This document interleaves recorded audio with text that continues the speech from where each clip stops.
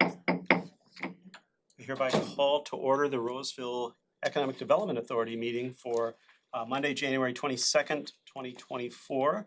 Mr. City Manager slash Executive Director, would you call the roll, please? Member Strong. Here. Member Schroeder. Here. Member Etten. Here. Member Groff. He's here. Can we hear him? Says we're in a Working on it. practice session, start webinar.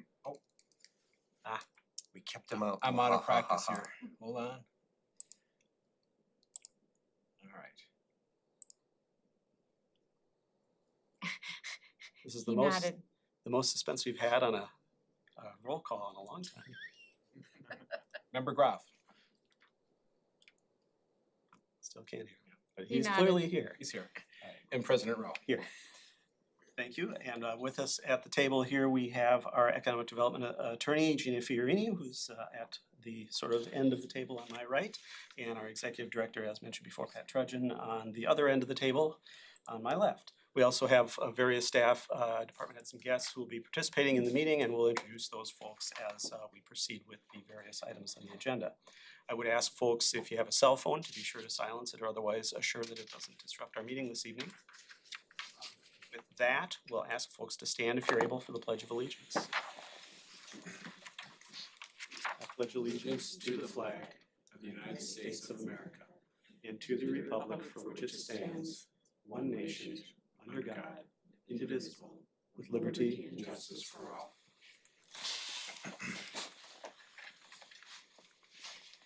All right, next on our agenda is approval of tonight's Economic Development Authority agenda. Are there any changes from a staff perspective this evening? There's not, Mr. President. All right, are there any members who wish to make changes to the EDA agenda this evening? If not, a motion to approve the agenda would be in order. So moved. Second. All right, it's been moved by Member Schroeder, seconded by Member Strawn. Any discussion on that motion? Hearing none, Mr. Trudgeon, would you call the roll?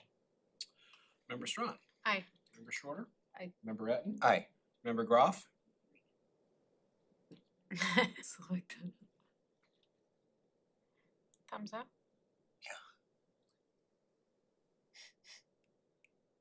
You can use interpretive dance. Maybe one finger for yes and two for no. Or the simple thumbs up, thumbs down? Thumbs up would do. Do we have a vote from Member Groff on the approval of the agenda? Just stressed, poor guy. I know, really. Can He's you gonna type hear it into the us? chat. He might not be able to hear us. Okay.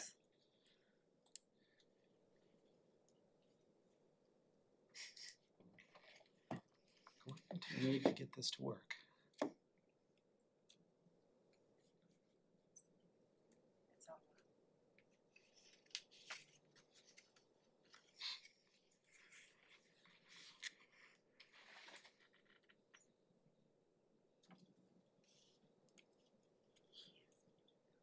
Turned across, he's muted.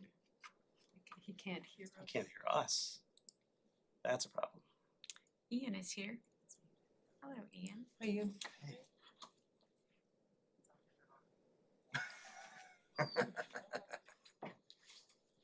Member Groff, can you hear us? Nope. You just stand Call in. Just- Can he call on his phone? It's Tierney. Sorry to interrupt. He has to be able to be seen and heard, and you all have to be able to be seen and heard in On order him. for, yes, in order for him to be considered present at this meeting for purposes of the open meeting law. Right. So, at this point, until that happens, he is not present at the meeting. Correct. That's right. So do we want to work offline to see if we can get things resolved, and we'll proceed with the four of us who are clearly a quorum of the EDA. And then once we can get Member Groff back in the full communication both ways, then we can consider him part of the meeting again. Why don't we do that? Yeah. All right. We don't want to hold things up any longer than we have to. So with that, then we have actually, just to note, the roll call does not include Member Groff until such time as he's back into the meeting. With that, then we've got our, we need I one didn't- more vote on the agenda. President Rowe, I didn't take your attendance. This was on the motion to approve the motion, agenda. yes. So we have 4 votes in favor of approving the agenda. And the agenda is approved. Thanks to everyone for your patience and technical difficulties here. Not a surprise, we're a little out of practice with this, so we'll get it straightened out. But with that, then just a note that we'll forego general public comment at the start of the EDA meeting, and we'll do that at the start of the council meeting, which is our usual practice with the Economic Development Authority meetings, and that means we can proceed right into the business of our Economic Development Authority meeting this evening. And the first item of business is annual election of officers. Mr. Trudgeon, would you introduce this item, please? Yes, thank you, Mr. President. As you mentioned, annually, we do elect officers to serve as officers for this board. So we are looking for the board members to nominate a president, a vice president, and treasurer. And for reference, we have who's currently in those positions in the staff report. Under the bylaws, the secretary is me as the executive director, and the assistant treasurer is our city finance director, Michelle Pedrick. So specifically, we are asking for you to make a motion to appoint a president, vice president, and treasurer of the EDA. All right, thank you, Mr. Trudgeon. And past practice has been the president and the vice president tend to be the mayor and acting mayor, and then the treasurer is sort of the open position. So looking for thoughts from the council on that treasurer position, certainly. Councilmember Bratton. I will move Mayor Rowe as president, member Groff as vice president, and member Schroeder as treasurer to kind of switch Strawn and I out. And Is there a second to that There he motion? is. Yeah, Wayne said second. I will also second if that's not sufficient. Why don't we do that? We have a motion from member Etten, seconded by member Strawn, to appoint as the president, myself, as the vice president, member Groff, who is the acting mayor this year, and as the treasurer, member Schroeder. We have the motion and the second. Is there discussion on the motion? Treasurer, would you call the roll, please, on that motion? Member Strawn, Aye. member Schroeder, Aye. member Etten, aye. member Groff, Aye. Yay! Back in the meeting. President Rowe. Aye. That motion passes unanimously, 5-0 with all members present and voting. Then, that brings us to, I believe that's it for this item. As you noted in the bylaws, it already directs that the secretary is the city manager and the assistant treasurer is the finance director, so we don't have to take an action on those, as I understand it. That then brings us to a far more interesting and substantive item, which is the recognition of recipients of our annual Roseville Sustainability Steward Award. And this evening we have both Jeannie Kelsey, our Housing and Economic Development Program Manager, and Noel Bakken, who is our Sustainability Specialist. All right, I'll get these, after a few years, I'll figure out these titles. With that, I'll turn it over to them to introduce this year's winners and talk a little bit about what folks are doing out there. Yeah.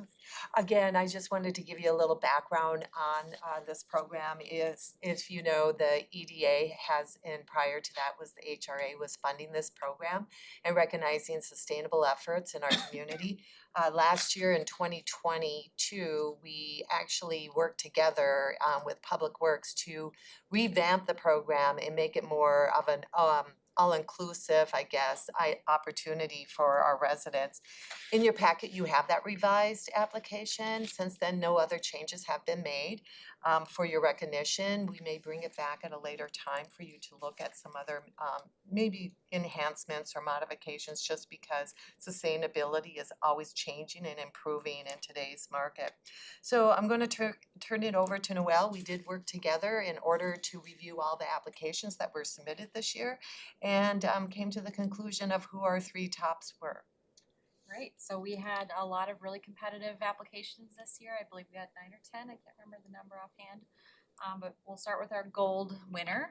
Our gold winner is Jim and Susan Nelson.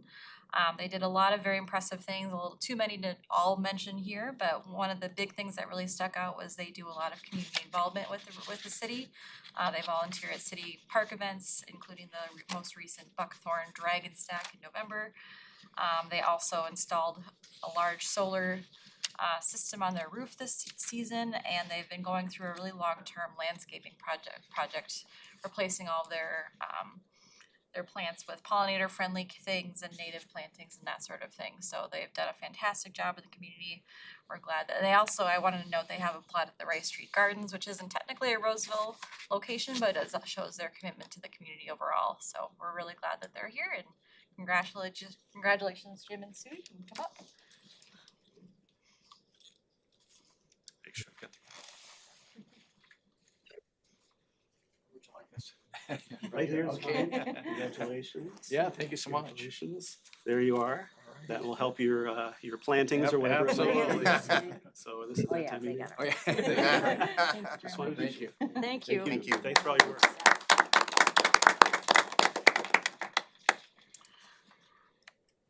Next, for our silver award, we awarded Bruce and Susan Calhoun, partly for their community involvement. They also worked with our Reservoir Roads restoration, and they've adopted a storm drain near their home. They had a home energy squad visit back in March of 2022, and then recently followed up with a solar installation also this fall.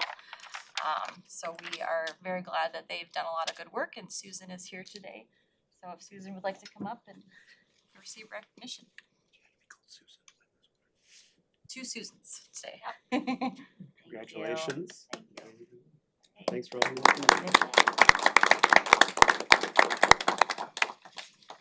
And finally, our bronze winner was not able to be here tonight, but our winner was John Mully. John also adopted a storm drain and has done some energy efficiency work over the last several years, including installing a programmable thermostat as well as replacing a inefficient furnace. And he also installed solar energy this August. So we are glad to have John here. He did a great job. So we'll connect with him later to provide him with his winning check. So thank you all for supporting the program, and we're glad to continue recognizing residents this year. Thank It's a you for good your work. program to And have. Thank you. it's worth noting that this is also a program that we can recognize businesses as well. And as was Correct. noted in the report, we didn't quite have qualifying activities this year to make an award for a business. So we'll continue to look for those opportunities, and certainly want to make sure that folks in the community know, first of all, know about what they can be doing to be sustainable, to help the environment, but then also, that we are aware of what they're doing so that we can certainly reward people for those efforts and help to publicize what's going on in our community. So thanks so much for that. Thank you. All right, great. That concludes then our presentations related to the Sustainable Steward Award, and we look forward to the next opportunity for those. That then brings us to our next business and final business item here this evening on the EDA agenda, and that is to consider a memorandum of understanding with the center, with CEE, we'll call them, regarding energy audit services. And Ms. Kelsey is here to introduce this item as well. Thank you, President Rowe and board members. I just wanted to provide you with an opportunity to continue the program of us subsidizing the energy audits and also the home visits that are done by CEE on behalf of Excel Energy. Currently, Excel Energy every 3 years does have to go out for bid, and they are in the process of finalizing that review and also finishing their procurement process. In addition to, it sounds like there may be some slight modifications this next year coming, and because we're not fully aware what they are, we are not able to enter into another 3-year contract. But in order to keep the lights on, as I call it, on a program that we've been doing since 2010, so quite a long period of time, we need to enter into an MOU. We did have our attorney draft that MOU in order for your consideration. In addition to, I just want to let you know, we continue to budget $12,000 a year for this energy audit services, and it actually helps about 200 to 230 homeowners in Roseville. We have not been taking advantage of the whole amount, but we continually broadcast it out there. And it is a requirement that if you do any enhancements to any of or use any of the loan programs here in Roseville, you must conduct an energy audit, but it's not prior to doing the loan, it's just through the process. So for your consideration, and I do need a motion with the resolution attached, is the MOU for authorizing us to continue the program until the end of May of this year, or unless otherwise noted sooner, and I believe we might have a wrong date in there. So I'm gonna make note of that right now, that on the MOU, it says expired, oh, I'm sorry, that was the contract that expired December 31st of 2023, but we are continuing this through May, in item 1 down below of their agreement, it is through May 31st of 2024. That is in the whereas clause on the Yep. first page. Yep. Right, are there questions from members of the EDA for staff on this request for the memorandum of understanding? Alright. We'll just check if there's anyone from the public who wishes to speak to this item. This is, once again, we're considering essentially a short-term agreement to continue our energy audit services for homeowners for 5 months-ish, while the process that they're undergoing with Xcel Energy wraps up. They've been our provider up to this point and would hopefully continue to be that. And so we're just looking to offer a short-term agreement to fill the gap until they're permanently in place again. Is there anyone from the public who wishes to speak to that? Seeing no one then, we'll move to EDA consideration. Is there a motion from the EDA relative to this MOU? So moved. Second. Alright, moved by member Strawn, seconded by member Schroeder.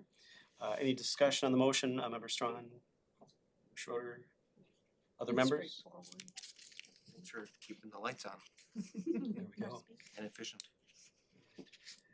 With that then, Mr. Trudgeon, we have the motion before us to approve the resolution authorizing the memorandum of understanding.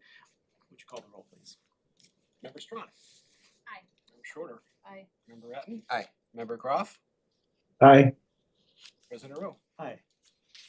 That motion passes unanimously. That MOU is approved. That brings us to the end of our business items for the Economic Development Authority this evening. Is there a motion to adjourn? So moved. Second. Moved by member Etten, seconded by member Strawn to adjourn. No discussion on a motion to adjourn. Mr. Trudgeon, would you call the roll, please? Member Strawn. Aye. Member Schroeder. Aye. Member Etten. Aye. Member Groff. Aye. President Rowe. Aye. That motion passes unanimously. The EDA meeting is adjourned at 6:17 PM. We'll take a short break to transition to the Roseville City Council meeting.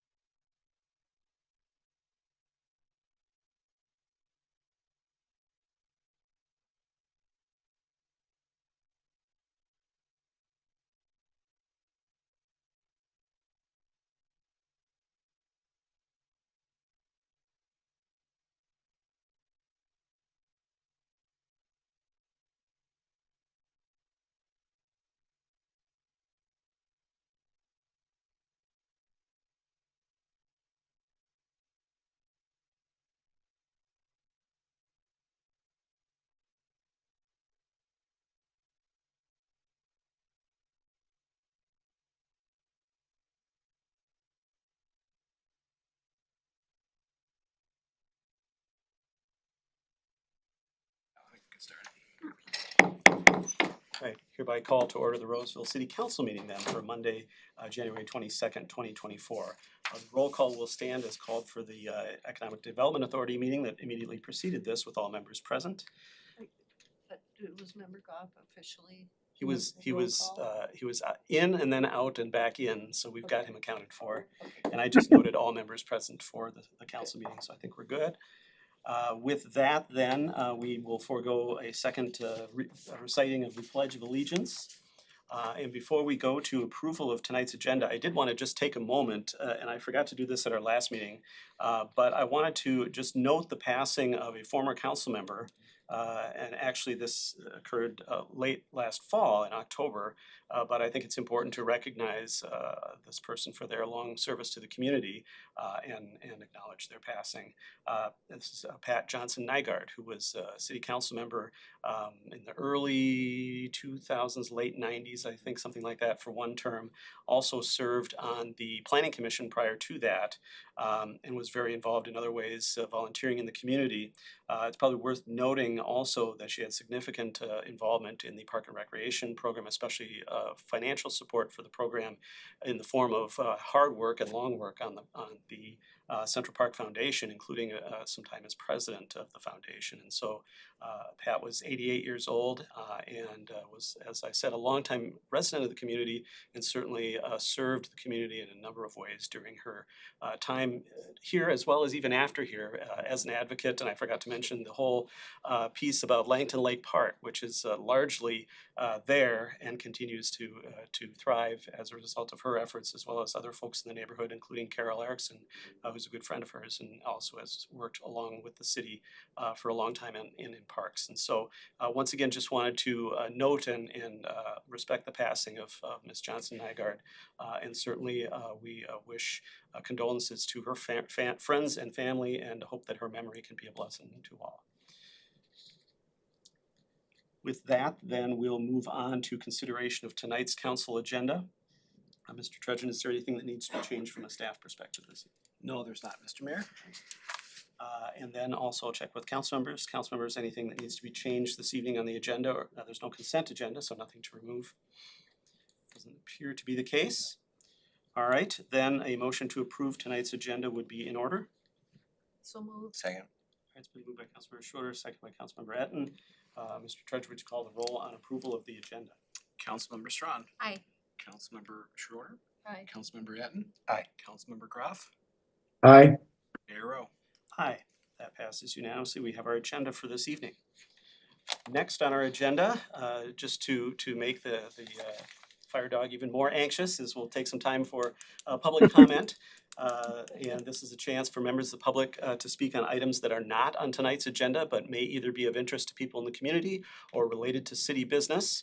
We do provide opportunities for public comment as agenda items are considered, but we always do want to, at the start of each meeting, provide an opportunity for general public comment in those categories I just described. So we'll check with folks here this evening. Is there anyone here to comment this evening under general public comment regarding items not on tonight's agenda? It does not appear to be the case. So then we can proceed with the agenda, the rest of the agenda. And the first item for which our fire dog is here is recognitions and donations. And we have an opportunity to meet Ashes the fire dog, as well as to thank the generous donors who have helped to make that possible. We have Chief Rosahan and Assistant Chief Shostrom with us this evening to make these introductions and to let us know what is up with Ashes this evening. You got it. Well, good evening, Mayor and Council. We have a very special guest tonight, and we want to formally introduce Ashes to Council, as well as take a minute to recognize and thank Hugh and Julie Thibodeau. Julie is here tonight for their donation, their support of our program. Over the last few years, we've better addressed firefighter wellness, especially mental health of firefighters, with our immersed mental health specialist, but also ventured into the world of getting a canine therapy dog. Research has shown, and also working with Jonathan Bunt, our immersed mental health specialist, that these types of programs have been very successful to reduce stress and fatigue of first responders. We've seen a growth of the program, both Brooklyn Center Police and Fire Departments, as well as multiple other fire departments around the metro and state have ventured into this program as well. So we're pretty excited for that to be the case and to have Ashes.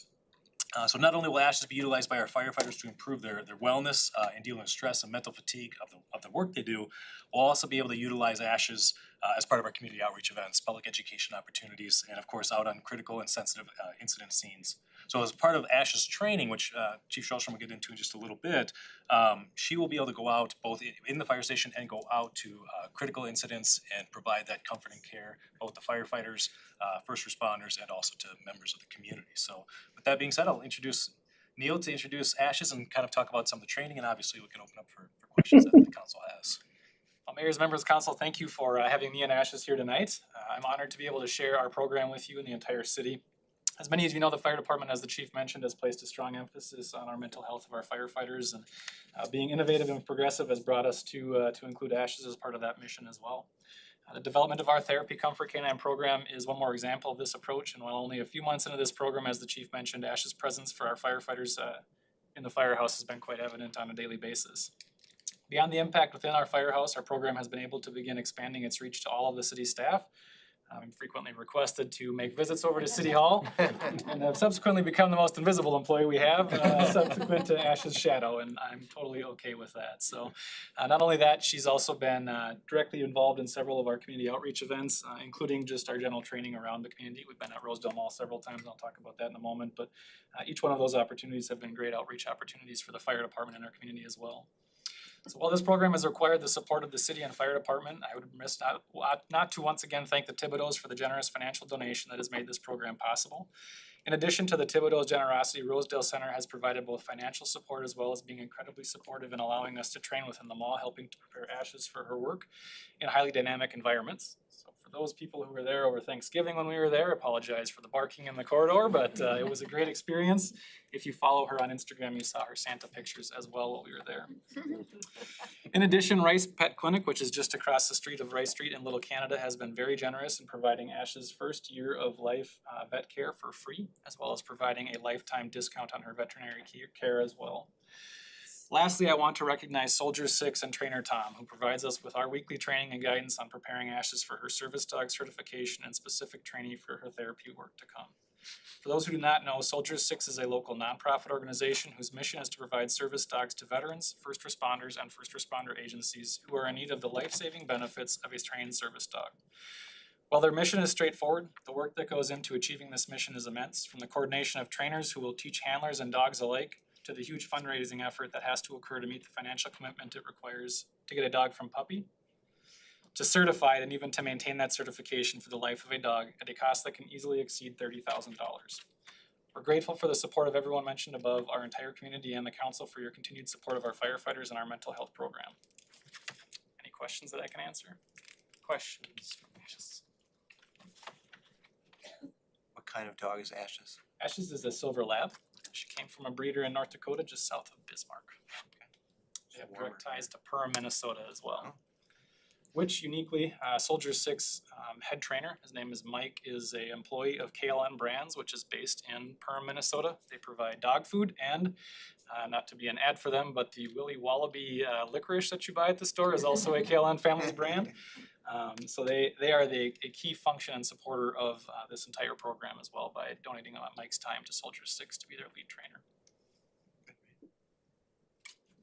Councilor Armstrong. And Chief Brosnahan, what is your running total of how many other agencies have asked you about how they can get a dog? Well, I actually got into a little bit of trouble at most recent Ramsey County Chiefs meeting, so all the Ramsey County Chiefs get together for this meeting, and they were giving me some crap about how much of a hard time they're getting from their city managers and their city councils of where their dog is at. But yeah, Neil and I have fielded frequent questions from departments, and we've just kind of said the same process. I mean, some of it depends on their agency and what they're looking for, but we fielded quite a few inquiries on how to get a program like this started. Other questions, Councilor Schroeder? So, how often can we have Ashes come visit us during our meetings? What about council anxiety? Frequently as you would like. We don't want to get to burn out Ashes too quickly. I would Was say, that a pun? if you don't follow her on Instagram, at least you can see her her common adventures each and every day. So check out the Instagram that she's created for herself as well. Appreciate the city staff that's helped support that effort as well. Given that she's so adept with IT, is she helping out with people who can't restart their computers? Absolutely. Absolutely. Are you her main person? Is she with you all the time? She go home with you and things like that? Is that? Yep, so she comes to work with me Monday through Friday, which allows us to have her exposed to all of our shifts since our firefighters work 24 hours at a time. So she comes to work with me Monday through Friday, and then she comes home with me at night and sort of integrates with our dogs and our kids at home. And then long term, as she gets through her certification and is a little more confident in herself, she'll certainly be able to spend the night at the firehouse if a crew is looking for that activity as well. But trying to make this as much of a stress-reducing opportunity for the firefighters. So the work side of what goes into training her and getting her certified isn't necessarily falling on them, but I saw that too. Is being taken Ceiling's care of. falling in. Ashes will be okay. So. Thank you. Yeah, I don't think it can be understated, the sacrifices that Neil and his family and Christy, who is also a firefighter with our fire department, is kind of his, or Ash's, secondary, trainer. And so the, bringing a dog into your home, especially a puppy, and some of the training that's involved is obviously, has impacted their lifestyle and their home life and those things too. So we really appreciate the sacrifices he's made with that, so. A significant contribution of Ash's came from Hugh and Julie Thibodeau. Obviously, the Thibodeaus are no stranger to the city of Roseville, as well as the public safety departments. They supported canine programs, AED purchases, health and wellness initiatives, et cetera. So when I originally brought the idea of a canine therapy program to the city manager, he said, well, David, that's a great idea, but you gotta find some other way to fund it. So he recommended we go find a way through donations, and we did that, and we reached out to Hugh and Julie, and so Julie's here with us tonight. Hugh unfortunately couldn't be with us this evening, but we sat down to talk to Hugh and Julie about this program and all the benefits and some of the neat things that would come from it. And Julie looks at me and she says, well, how much would it cost? So we gave her a number. She thinks about it, taps her pen a little bit, and then promptly wrote us out a check for more than what we asked for the program. And so I think that just goes to show Hugh and Julie and the contributions they've made, the great stewards of the city of Roseville that they are. And so we'd like to publicly thank Hugh and Julie for the work they did to get us up and running with Ashes and with this program. So, yeah. If you would like to come up. Would you like to come up?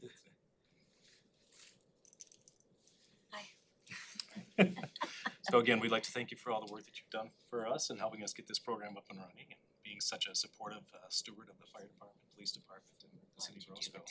Yeah, it's been wonderful. And we did get to take Ash's, like maybe her third day with us. We were able to take her over and visit with Hugh and Julie. So I'll just swing by again next week or so. That was probably Say a hi. condition of the contribution. Yeah. Ashes will visit. Plenty of Ash's time. For sure, for sure. Wonderful. If the council's okay with it, would you be willing to take a picture with Ashes Sure, and with absolutely. Julie? Oh, tonight? absolutely. Wonderful. Just tell us where you would like us to stand. I don't know if I planned that piece. Put bunny ears behind Wayne. Well, it's over here, we can be with Wayne. Wayne. That might be better resolution over there, but we can turn Wayne any which way. Come on. It's kind of like a Very robot. malleable. You're gonna get funny light. Yeah. Oh, Yep. okay. Where are we all?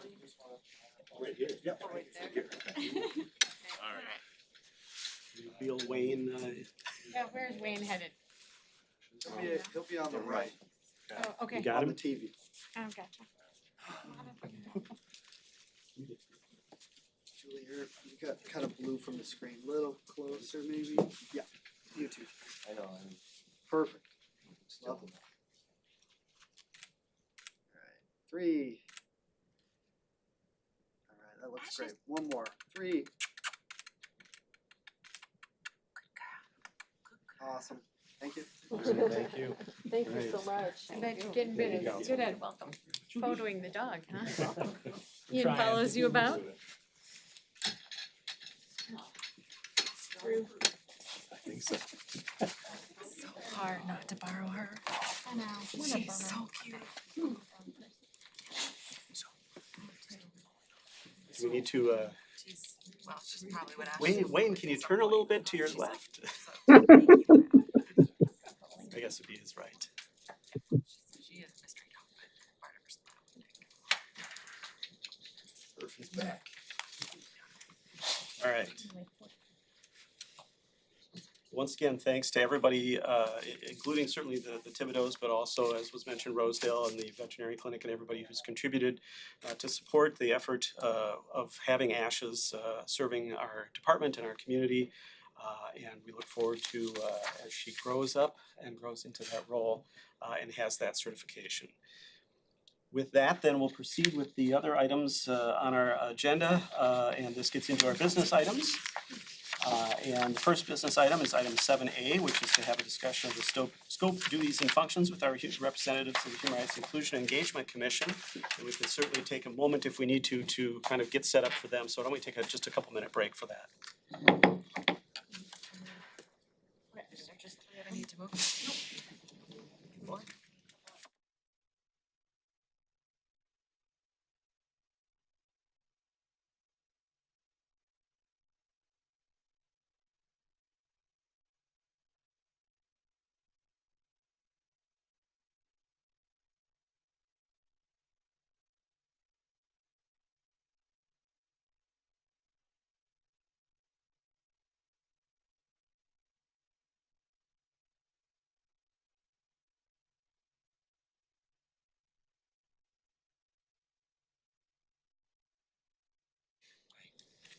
can get back on here in our meeting. We're back from a short break just to get everybody set at the table here for this discussion. I want to welcome the members of the Human Rights Inclusion and Engagement Commission who are here this evening and to thank everybody on the commission for their work over the last several months, I think, in this effort to provide some thoughts as to scope, duties, and functions. And I know that you've been having good discussions and being thoughtful about this. And so maybe the first item is to go ahead, and I know our chair was not able to be with us this evening, but our vice chair, Amanda Becker, is here. And if you'd like to introduce yourself as well as the other members of the commission, and then we can get into the conversation. Sure, yes, I'm Amanda Becker and I've been on the commission almost 3 years now, so. Elliot Frank. I'm Dave Tidball. And Kathy McComber. Welcome to all. So I thought it might make sense, and certainly anybody who can correct me if I'm wrong in this assessment, but it might make sense to first hear from the commission, as to sort of your thought processes, what you noted or observed during your conversations, things that stood out to you, either about existing language in the ordinance related to your commission, and as well as what you're proposing us to consider. And just kind of open it up to the commission to begin with, and then maybe we can follow up with conversations and questions if the council wants to do that. So I'll turn it over. Turn it to Dave. Dave and Chair Rich and myself had an initial sort of subcommittee meeting to discuss the scope before we brought it to the commission in full.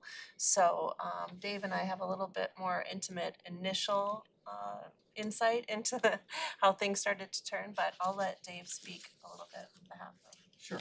our subcommittee. Yeah, we met for a couple of hours after getting the directive to take a look at the scope and see if there were any adjustments or things that we felt need to be made. And we had both read it previously and spent some time in email back and forth about things, but still we met for a couple of hours and went around about several things relating to what the scope was before. And the conclusions that we came to was that we wanted to find a way to, it felt like it was more complicated than it needed to be. Some things were more specific than we thought should be in a scope document. And it felt like some things were repeated in several different ways, several different times, and it just seemed like maybe we could simplify it too. So actually we changed very little in what we thought was the content and the overall meaning of the document, even though it looks substantially different when you just first look at it. I think maybe the easiest way to describe what we did is to look at the title of section 20502, which in the original document is purpose, objectives, duties, and functions. And in the document that we proposed, merely says purpose and function. It felt like the scope document should say more broadly about what our mission is, what areas we should be covering and things, rather than getting into more specific objectives and duties, which seemed to be in that original document. There were some things specifically, for instance, about evaluating programs and policies as if we were supposed to, on an ongoing basis, be involved in doing that all of the time. A number of things were like that in the original document. So rather than taking out those two things, we decided to do a document that describes what we thought was the role of the commission and how it functioned within its content parameters with that role. And that's why we came up with what we have here, which is basically three different roles that we feel like the commission does. It advises the council on matters pertinent to the content that we work with. I use the word ambassador because I think of an ambassador both as one who communicates to an outside audience what it is we're all about and things, but also an ambassador receives from a community information, needs and things like that, and expresses that. So that's kind of a two-way communication thing that I thought the term ambassador fit. And then an advocacy role for human rights is both an educational kind of role to make sure that human rights are always considered as important and part of the work of the city, but also for people who feel like they are having difficulties, that their human rights are not being respected, that they have a place where they can feel support for what their issues are and help them be addressed appropriately. So the basic meat of the new scope document is to describe those three roles for the commission. And then finally, because of course we do realize that the commission does specific things within that scope, the very last part of 205.02 describes the process, which, as I understand it, has a fairly long standing, that we put together a work plan each year. We collaboratively agree that this should indeed be the work that the commission does this year. And then we go out and attempt to do that work and report back on what we've done. And that process is an ongoing thing. And that's where we narrow down to specific objectives, because they can vary from year to year as needs arise, as issues come up and things like that. So essentially, I guess those are the differences. We stripped a lot of that language out of the scope document and put it in the work plan discussion that we do together on a regular basis. I think for us, this felt like a good opportunity. Our commission has really been trying to land on some of the questions I had when I first came into the commission, which were, what's really our mission and vision as a commission? Because this actually initial scope document felt really intense, more like a job description to me than kind of an understanding of what we were walking into and what we as a group were gonna come once a month and sort of have action plan around. And so this felt like a nice opportunity for us to take a look at that scope and really figure out what we are. Because from this opportunity, we've been able to really we're doing a lot of work around the semantics of what our commission is doing. And I think that's helping us firm up our work plan more, because that as well has been, when I first walked in and seeing our work plan alongside the scope, it was a little confusing to me. There felt like a disconnect, and there was a lot of time spent trying to figure out why we were doing things on the work plan with what the scope that we had all walked into and signed on to were. So I think this really was a nice opportunity for our commission to work together and say, who are we? What do we really want people to read, join the commission, sign up, participate, and then hopefully when they see our work plan and they join subgroups and they have an action plan, everything feels more cohesive and feels like it allows space for us to be flexible as a commission. But I think really understanding that we want to be ambassadors, we want to be advocates, and we want to advise, and being able to, with those three words, come up with like a value statement that we care about people in this community, that our commission is about relationships. That's what we're about. And that to be able to put that into less words, but strongly, I think it was really important for us.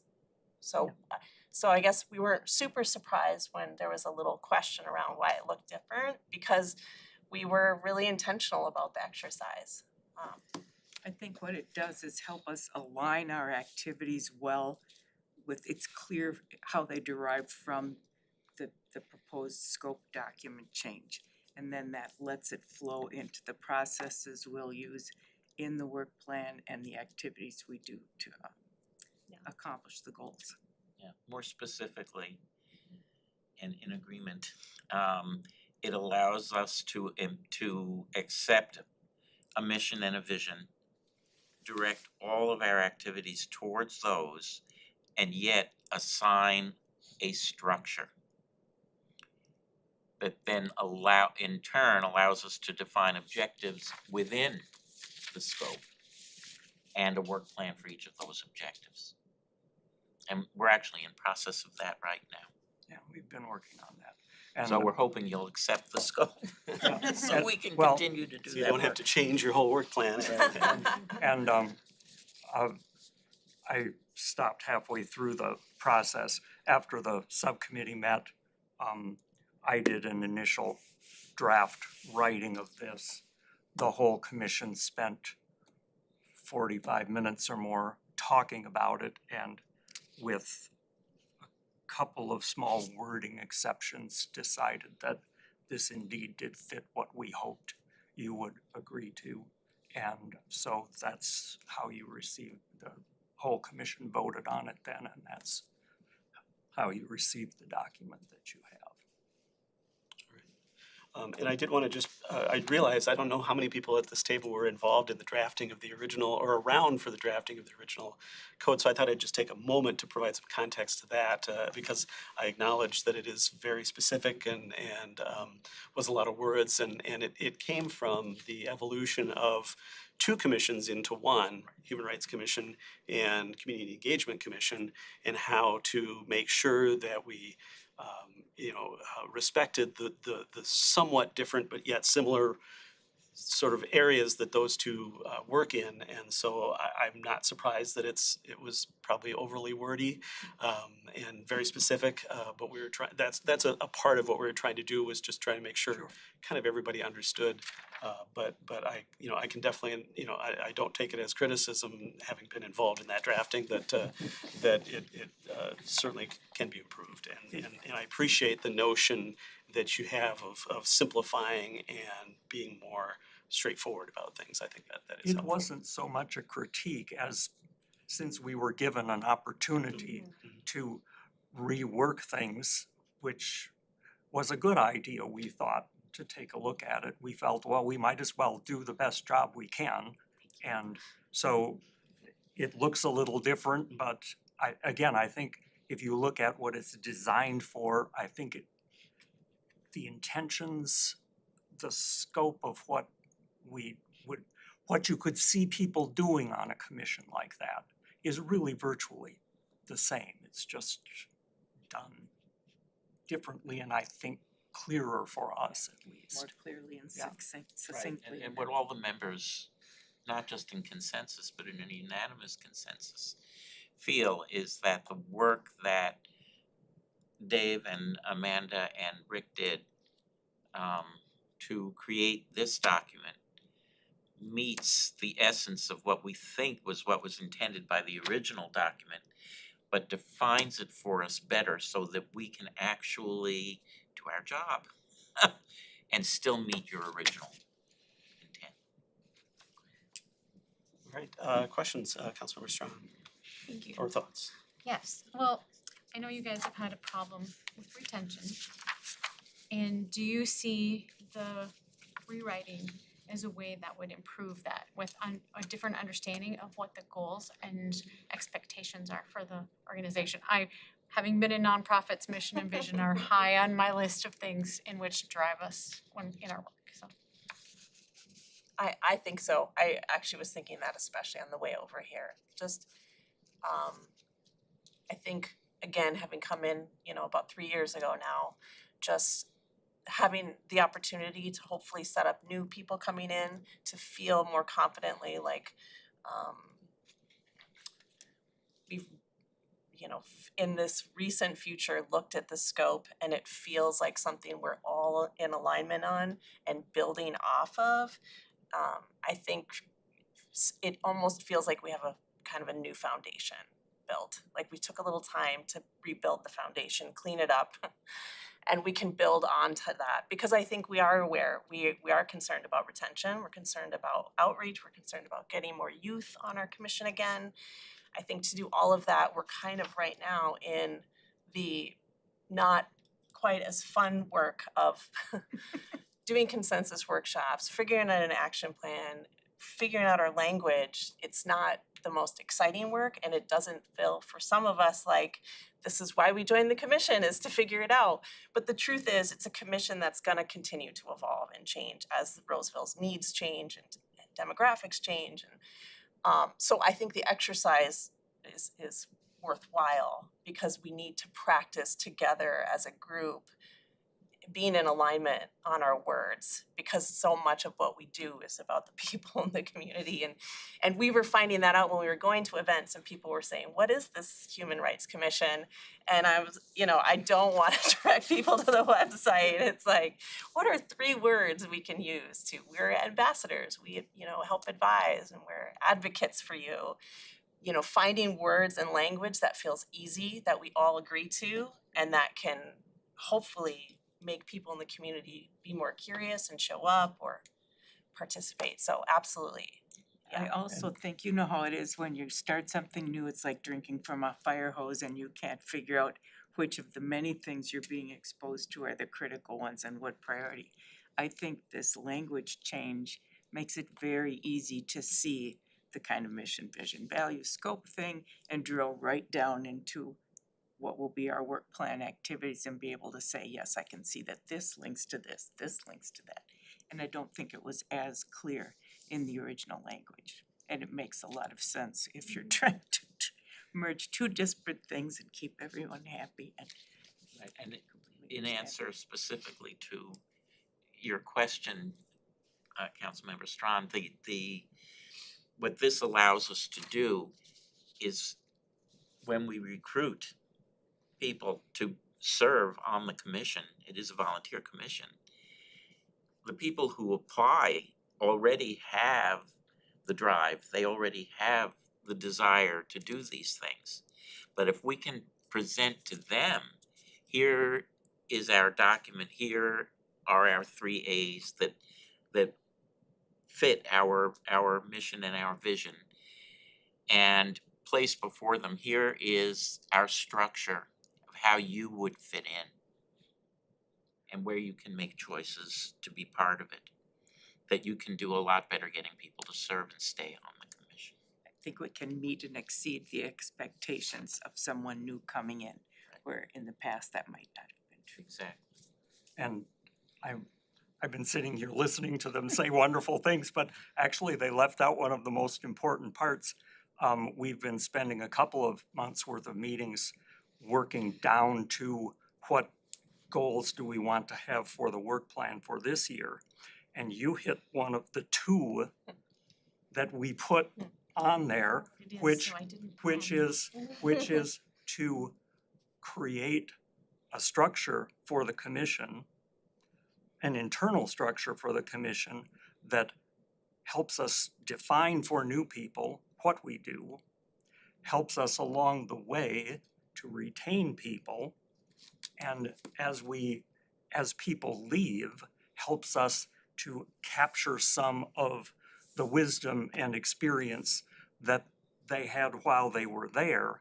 That is one of the 2 primary goals that we're working on the work plan that you'll see in March when we get back together. So yes, that was top on the agenda as well.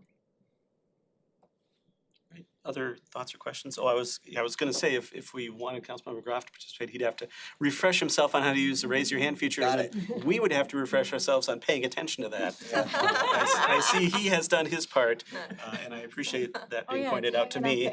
So, Councilmember Groff. Oh, you gotta no unmute. sound. You're muted. Nope, we're still not hearing you. Can't hear.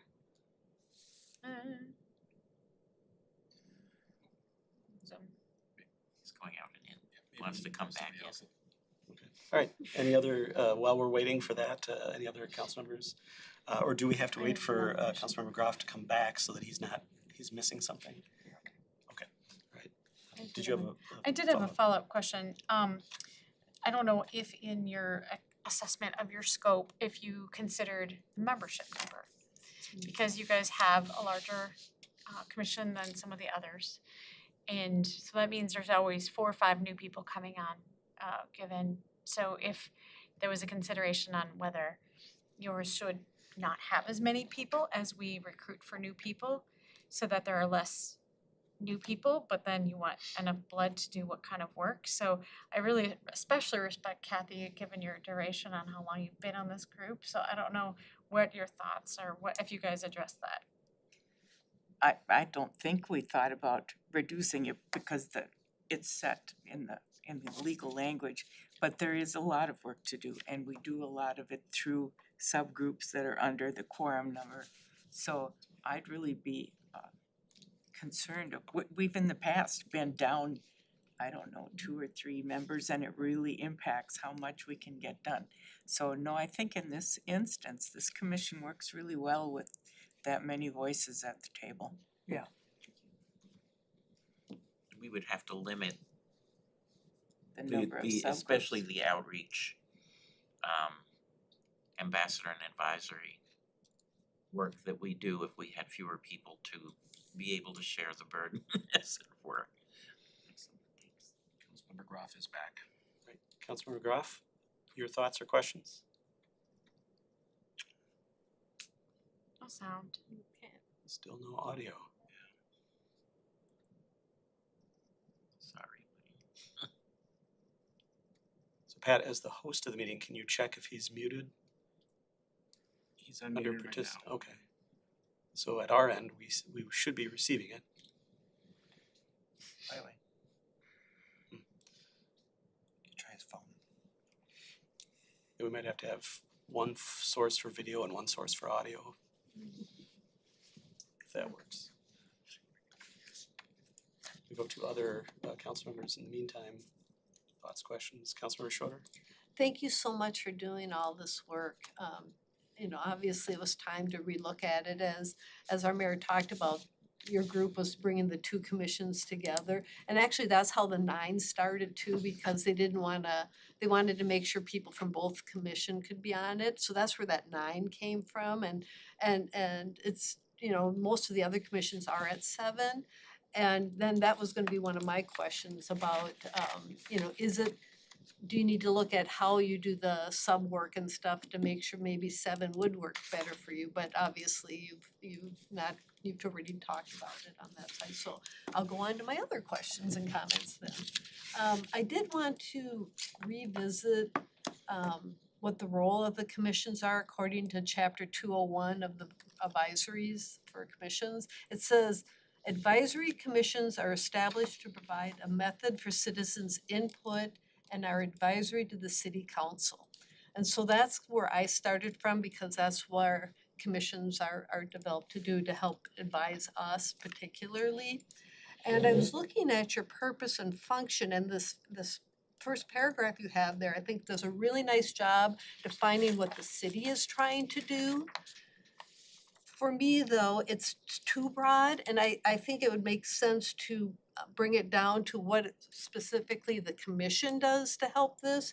And actually that first paragraph under empowered and directed by the city council, which is that shall serve to advise the city council on present and preserve and propose city policy, programs and procedures to ensure they are designed to and is inclusive and promote activity and respect human rights.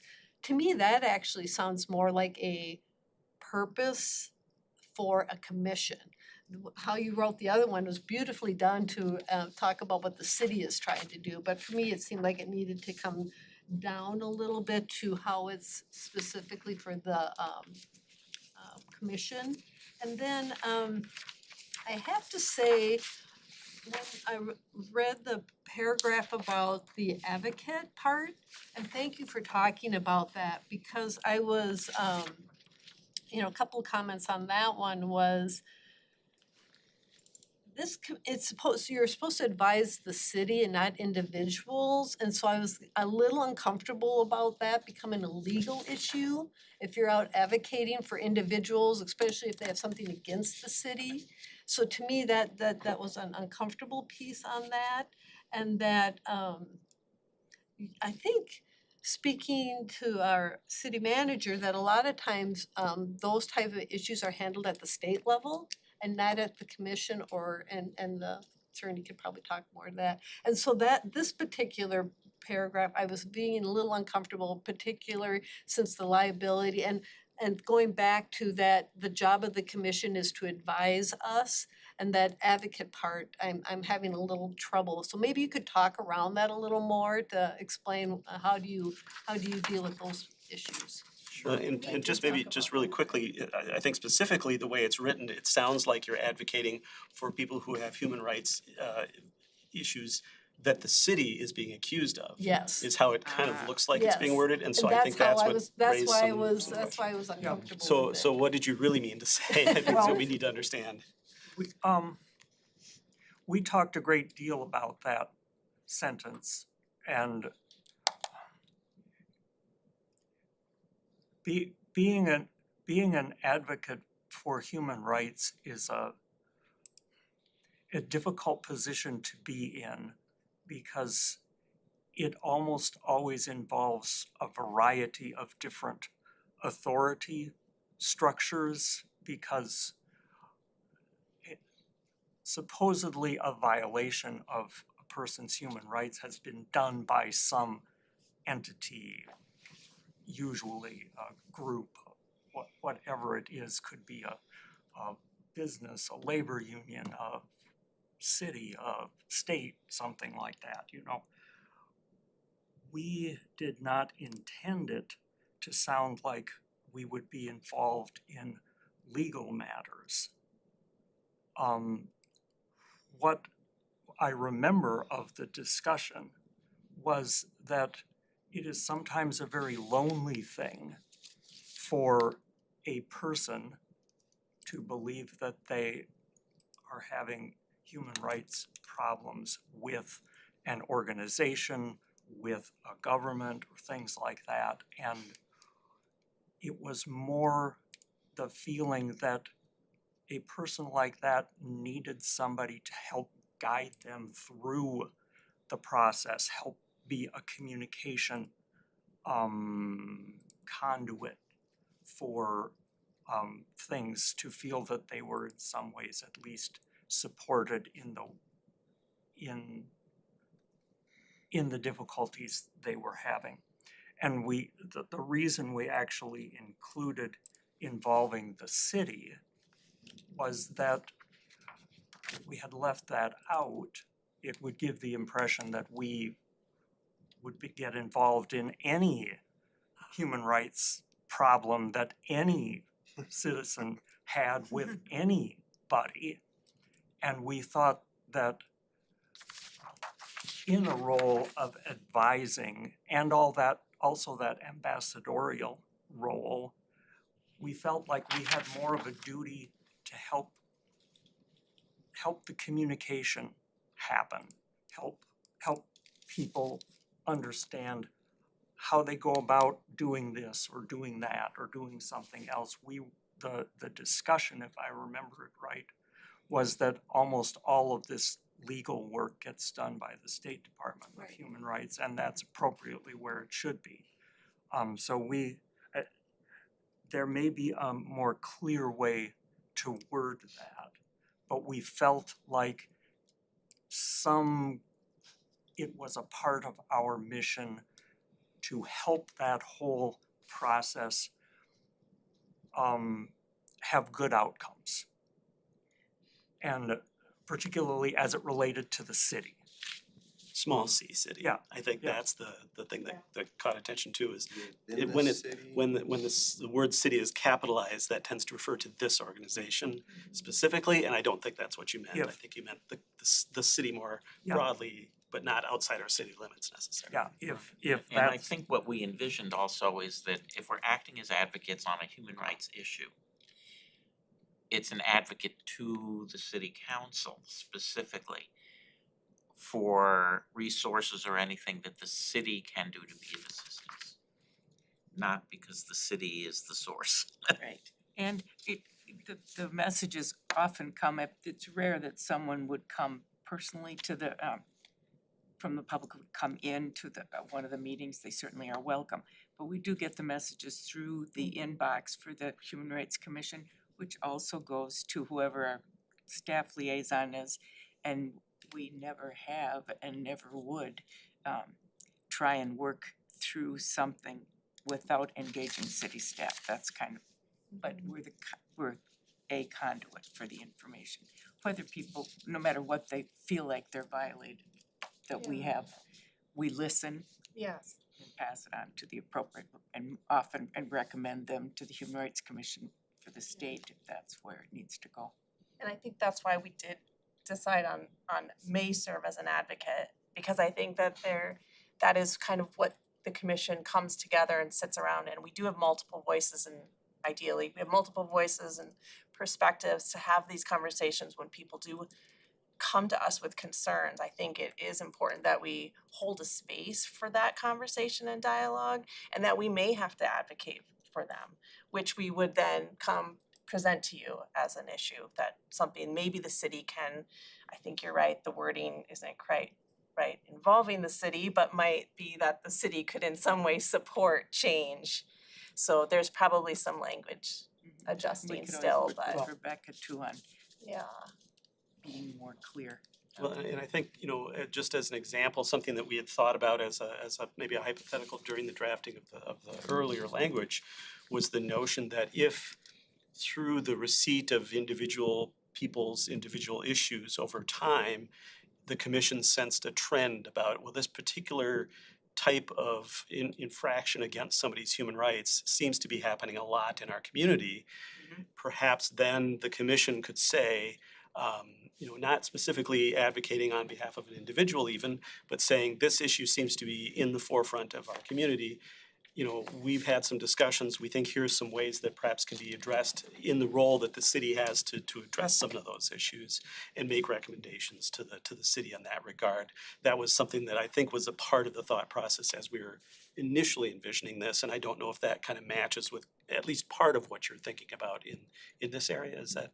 That's exactly what we think were so, thinking yeah. about. And the hard part with this one is, How do you word that it? you have to have this kind of conversation, because when I first read it, it sounds very like we're gonna get into liability be- trouble. Right. And you're thinking seeking just resolution, that also makes it sound like you guys are trying to come up with a solution for this issue for the individual. And I guess this is why I'm feeling uncomfortable with this paragraph on, if you're talking about more on educating and finding a space for people to be able to speak, that makes a lot more sense versus, and so if we have to have this kind of conversation to try to define this, then say if you're all gone and we're all gone, the next group might not understand our conversation. And so that's where having something a bit more clear on this and not from the legal aspect of it.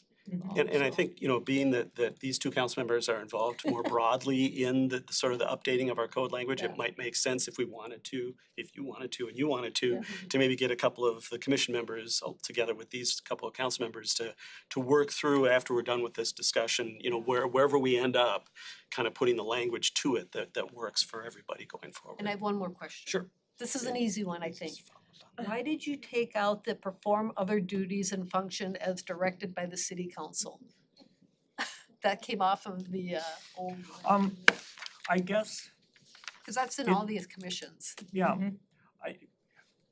I wouldn't object to it being there, it's just that the paragraph right before that pretty much says what we how we function on a regular basis, specific projects and initiatives designed to, you know, we put a work plan together, we talk about it together, we agree that that's what the work plan should be. And one would think that in that whole process, whatever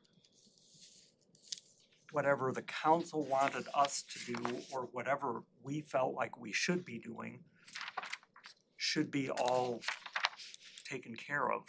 Well, we're trying to have a consistency in the formats of all the commissions, so And that's what I said, if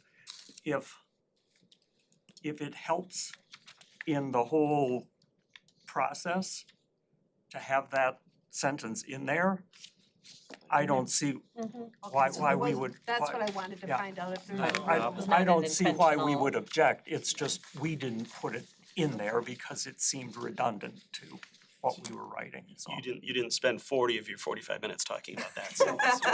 No, actually, we didn't. Okay. No, and there have been some directives that are ongoing, that we are making sure that we include in our work plan as well.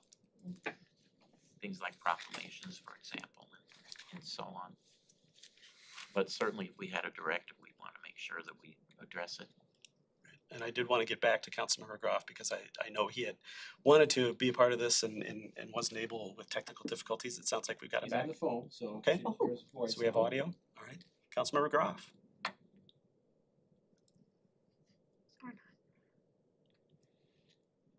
We still can't. Wait, It's gotta be here. It's gotta be here. Transcript is showing him speaking, but we cannot hear him. I can see the whole. so it's not coming out over our system Oh, here yeah. in the chambers maybe. Oh. Yeah, the microphone is green. Can you just turn your volume on your laptop, Pat? Should have it off. Try. My volume. You can hear that, but it's gonna be. Oh, Echo, Gonna be an echo. Back.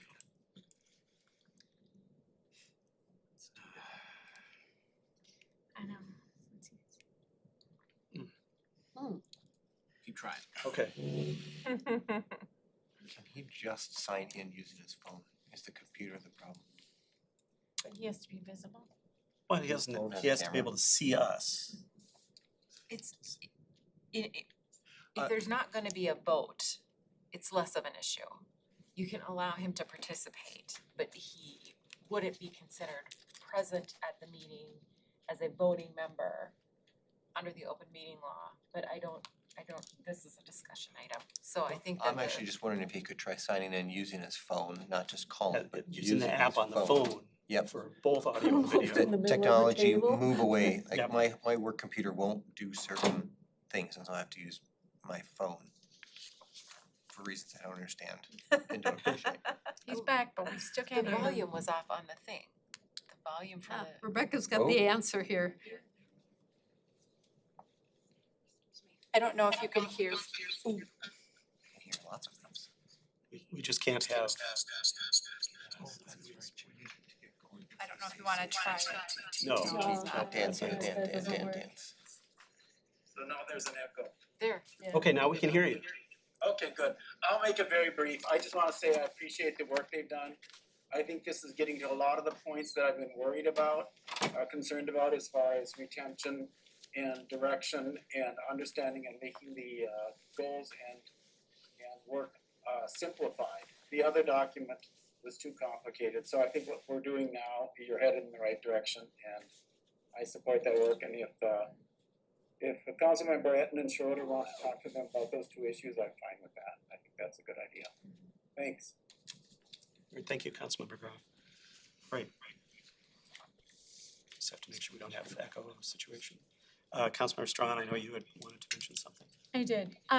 I just wanted to make sure we didn't remove from them the power to be a mediator through advocacy. When I go to the State Department of Human Rights website, it indicates specifically that local human rights commissions are essential to building a thriving, joyful Minnesota. Typically established by charter or ordinance, local commissions operate at a city, county, or regional level to protect civil rights, promote equity and inclusion. Local commissions engage in a wide range of activities from mediation to education and outreach. So I don't wanna mute their ability to be an advocate for others within the city, to be that space. Because if they're not going to be able to be that, then I don't see that they should have human rights as part of their name. Because it is part of the essence and the meaning of what a human rights commission is and does, is that they serve as that advocacy piece. And so I don't want to remove that from their ability and their goals and their actions. And I appreciate, I think semantics, there can be adjustments, but I think the ease of 3 A's is a great reason, and we have to find a way to firm up. People come in excited, we have to make it easy for them to be able to engage and get involved and stay. And I don't know what we're gonna do to engage and then make request that the Chair Becker stay on, but I think we need that continuity to make these things work. We so appreciate the work you've done, but I just wanna make sure we're not getting into the details saying that they can't have a space beyond, because to me, that is inherent in what the purpose of these groups is. Well, I just want to be careful though, certainly that language at the state website is encompassing of sort of all human rights commissions across the state, and different cities do have different roles for their commissions. And so just because it's mentioned in the state's sort of general statement doesn't necessarily mean it applies to every city. I think they're trying to encompass sort of the range of things that different human rights commissions across the state do. So that would be my only caution there, that we don't, that we don't necessarily give ourselves a role that is only there in another city because it has a specific charter provision that says it does that or something like that. So, but that being said, once again, I think there is a concern on the part of the council, and I'll express it, that I don't believe, and I'll say it this way, I'll say it two ways. One is, I think there's a concern that representatives of the city as an organization take on a role of advocating for individuals in individual cases. I don't know that would be considered appropriate by the folks that put us here in these positions. And second of all, I don't know that that's entirely fair to the members of the commission either, to put folks in that role, because that may not be something that a particular individual or individuals are knowledgeable about or maybe want to do or feel comfortable doing. And so that would be my only caution once again, is we need to think about it in a way that provides for the best preservation and advancement of human rights in the community, maybe not necessarily involving specific advocation for a specific case and a specific individual, because sometimes there are always a lot of factors that can be involved in that we may not all be privy to. So that's just the caution I would put on there. Go ahead. If it would be appropriate, just as a process of working on this, since I take it council members Etten and Schroeder are kind of working on this scope thing together. It's unfortunate that the part of my brain that likes to work with words and writing doesn't work well with the part of my brain that needs to listen to what people are saying. So I have jotted down a couple of ideas for possible different wordings, but to sit here and actually do that is not appropriate, okay? But I do the same thing though. if it were appropriate for us to have some back and forth via email, some suggested language, work around that a little bit, take it back to our next commission meeting and talk about suggestions I had, suggestions came back to us, and a possible rewording at least of that first sentence in that section, to see if we can come up with something that retains what Councilmember Strawn was talking about the need for human rights to be uplifted as an important emphasis, but without putting us in the wrong role vis-a-vis the government and things like that. I think I've got a shot at a couple of ideas for language for that, but it just doesn't work to do that here. But if it's okay for me to do an email exchange, we can see if we can work something out between now and our next commission meeting. To see if then we can hash it out there and take a vote on something to revise that part. I think that process makes sense, and I think that's kind of what I was envisioning Okay. when I mentioned earlier. Councilmember Atten, you haven't had a chance to weigh in yet here, so I Yeah. don't mean to put Yeah. you on the spot, but certainly want to give you that Well, opportunity. several, as Member Groff mentioned, several of my questions have been addressed, and I appreciate that everyone's bouncing these ideas off. You said, I think, as you were talking about how you came to this new proposed language, you said that you're keeping, using new language that simplifies and clarifies things, but is retaining the old themes and broader purpose. Is that fair? That's what we think we did, yes. Okay. How does that then clarify your concerns with an incongruity between the code language and the work plan?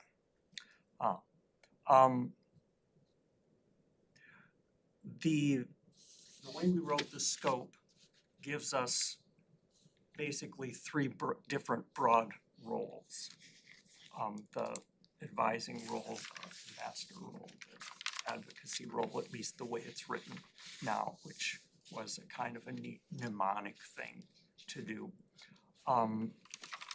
Within those roles, in any given year, there could be things that were in that old scope that we might end up doing. There's a fair amount of language about evaluating city policies and programs, for instance, something that it appeared to me when I attended the meeting back last May where all the diversity,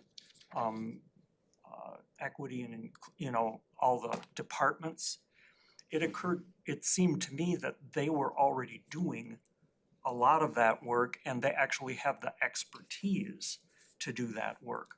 But there may be some times where you need another opinion. Actually, sometimes it's better to have an opinion from folks that are just don't have an expertise in that. So there may be some times in a work plan where we need to do some evaluation of something. And we would get together and agree that that's what we needed to do that year, and we would do that. But if it's written in the scope, it makes it look like we have to do that all the time. And Commissioner Becker and Commissioner James both sat there and said, well, we've never done that, and I've only been on a year, but they've been there 3 or 4, and they said, well, we've never done that. So it either looks like we're shirking our duties, or that's not something we're really supposed to be doing, and in that case, why is it there, So that was part of the notion of taking some of those specifics out. It's not that they're not important or that they might not be useful at some times, just that it gives us the flexibility to determine when they're useful and why they're useful. And we decide that together. Were there other things, that's a great example, thank you for that, David. Are there other things that you pulled out for that kind of purpose, that kind of reason? I don't wanna use the word purpose and get it crossed out, but are there other specifics you say, hey, we need to pull these out because we're not really doing that, or we don't do this very often and it seems strange to have outlined here? I think I think it was specifically how it was outlined, because I remember my first or second commission meeting, seeing the work plan and saying, so where's evaluating and where are we advising and where are we engaging? And those 3 words to me, if in my brain I had to put them up on a board and map out the work plan, it was just like a disconnect. I'm like, and engage is such a big word. We better be engaging, or how are we even effective if we're not engaging? So like, I didn't even wanna see engage in here because that's just like, that we better be doing that. That should be built into our words. So what words that if we have to which is our plan, every fall, we are gonna actually do a consensus workshop and decide what our goals are for the year, not our work plan, our goals. Those goals have to come from our words, our values and our mission. And if we can be, we wanna be ambassadors, we wanna advise, we wanna advocate, we'll discuss that, but you know, if we know those are our three guideposts, then that allows the commission in whatever state, whatever members, to have a clear idea of what our objectives for the year are gonna be based on our goals, based on those three things. And I think when we were trying to do that before, those three A, Bs, and Cs just felt like they weren't in line, I think, with what we we're hoping to accomplish. Cause I think I think retention is gonna come when people feel like they've been part of a work plan, part of goal setting, they've been in the community, they've been talking about city things, feeling a participatory experience. And I think we just have to practice doing that work right now in the commission state we're in. And so we're doing a lot of that work. And this really was an opportunity for us to take a step back and say like, then semantics, let's like figure that out. And those were the three specific words that I think we felt like we don't need to rewrite this. This still works in a lot of ways, but if someone was gonna look at this, come on, we want them to be able to feel like those bullets are in line with That it's values. clear and understandable from the very get-go, and that as they get deeper into the work, they see the alignment instead of, like you say, looking at it and saying, evaluate. Number one, your A is evaluate, we never evaluate. Yeah. We've kind And I do want to take another opportunity to provide some of the historical context. It just that at the time this was originally written, we didn't really have that capability as strongly as we do now on staff. We hadn't gone through the GARE process. We hadn't done a lot of the things that we did. And so I think the expectation of the council at the time was, well, we'll give that to the commission to do, and they'll do all of that for us, and it'll be great. But I think the reality is That's why that we're we've rewriting evolved the- as an yes. organization well, and which is great. such that became really confusing to you as you came onto it.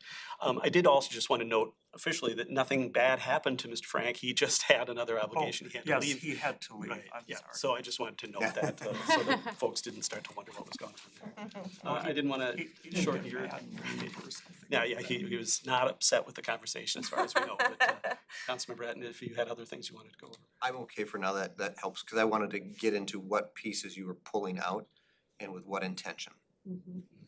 Yeah, I was looking through here and we got going on other stuff. There's an item that says recommend strategies for actively promoting and encouraging effective and meaningful volunteerism, which isn't a bad idea. And the city staff has a whole program that does that.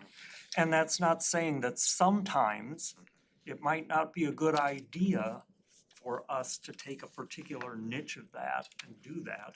It just didn't seem like it needed to be in the scope document. At the now, Yeah, because, and yeah. the mayor was Well, correct, and- back and- in that, the yes. environment was different. Sure. And so, and that's why we've Which- had this project of it's time to rewrite. You see, there's a Yes. great deal of wisdom in going through this apparently. Yes, Right, yes. right. Revolving. Yes. So that- Absolutely. I did want to provide a little bit of feedback on my part as well, and I know I want to be respectful of people's time too, because we do have a few other agenda items and we don't want to keep you all evening, although we enjoy talking with you. And this is very helpful. Just an observation I had was that it seemed like in the organization of the draft, that establishment and membership is pretty much handled basically by the first paragraph. And that some of the second and third paragraph get into that purpose area, and that's just an organizational thing, so I don't wanna dwell on that, but it's something that certainly through the process of conversation with our able drafters of all the rest of the code, that we can work through that and get some consistency there.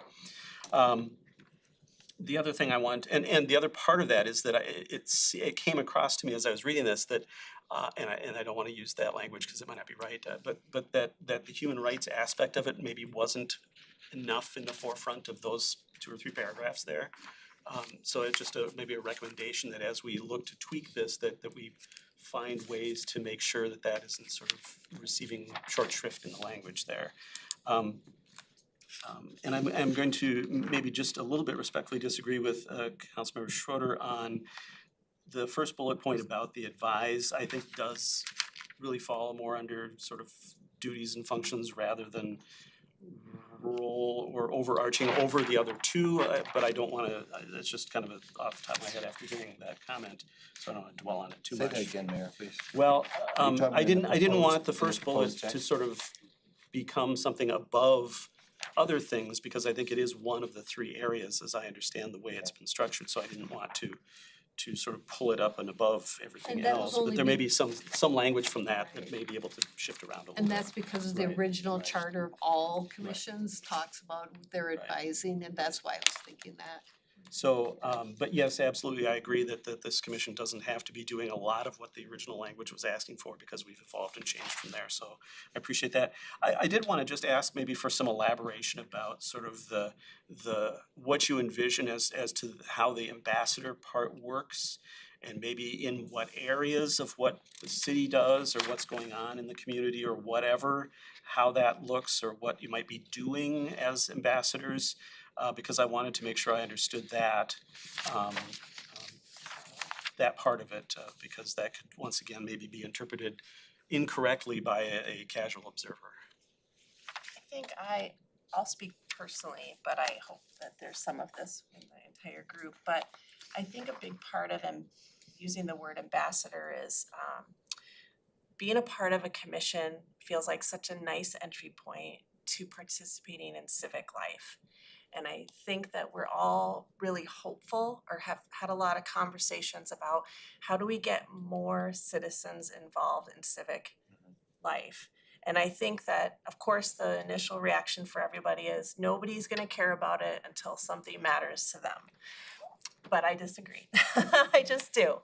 I think that we have to take that word ambassador and we have to go into the community and we have to be excited about what it means to participate in your government, because it's our government.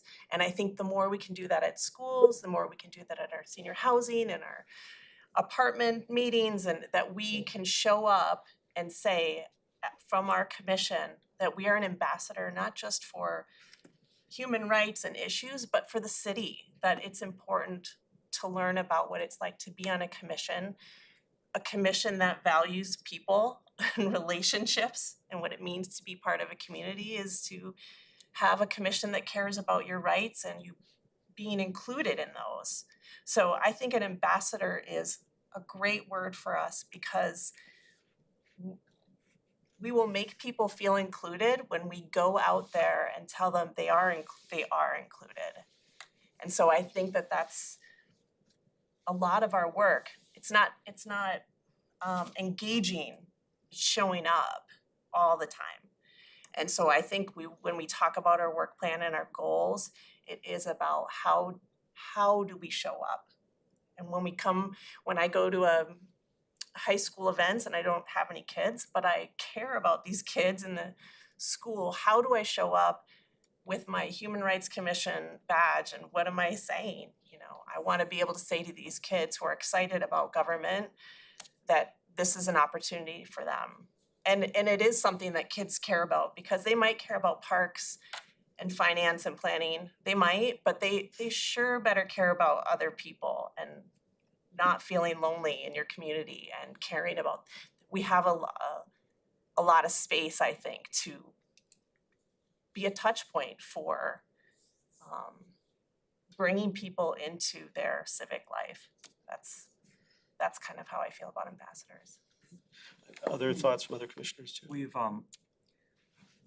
We've done a certain amount of brainstorming about things, just people think of ideas and stuff. And we think it might be a useful thing for the commission to develop what would amount to a database that includes a variety of contacts with a variety of different groups and organizations in the community, both so that when there is an issue that we want feedback from seniors, from recent immigrant populations, various things like that, we have some kind of relationship that we're working on with them that we can acquire good firsthand information from people who are part of this community about how people in this community feel about certain issues. And so one of the things, this isn't in stuff we've talked about for a work plan this year, I don't think, but one of the things we've talked about is developing an ongoing type of contact database kind of thing that we have ongoing relationships with a variety of folks, possibly working with the folks in the communications department and things to develop contacts. Also, because I think hidden perhaps too well in that section is the notion of a truly inclusive community. And another thing that we've brainstormed about is having a kind of the kind of a program that a speakers bureau uses to take, this is who we are, this is what we do, to a whole variety of different constituencies. And actually, Amanda does some work with taking people's stories, for instance. We talked about having a program that actually takes stories from a range of communities, smaller communities within the larger communities, and makes that available through one of us on the commission to Lions Club programs, neighborhood programs, programs at senior residences and things like that, where we just talk about what's it like to be in what community really is Roseville, because we all get in our own little neighborhoods and niches, and it could be something for an ambassadorial type of role to make sure that we're all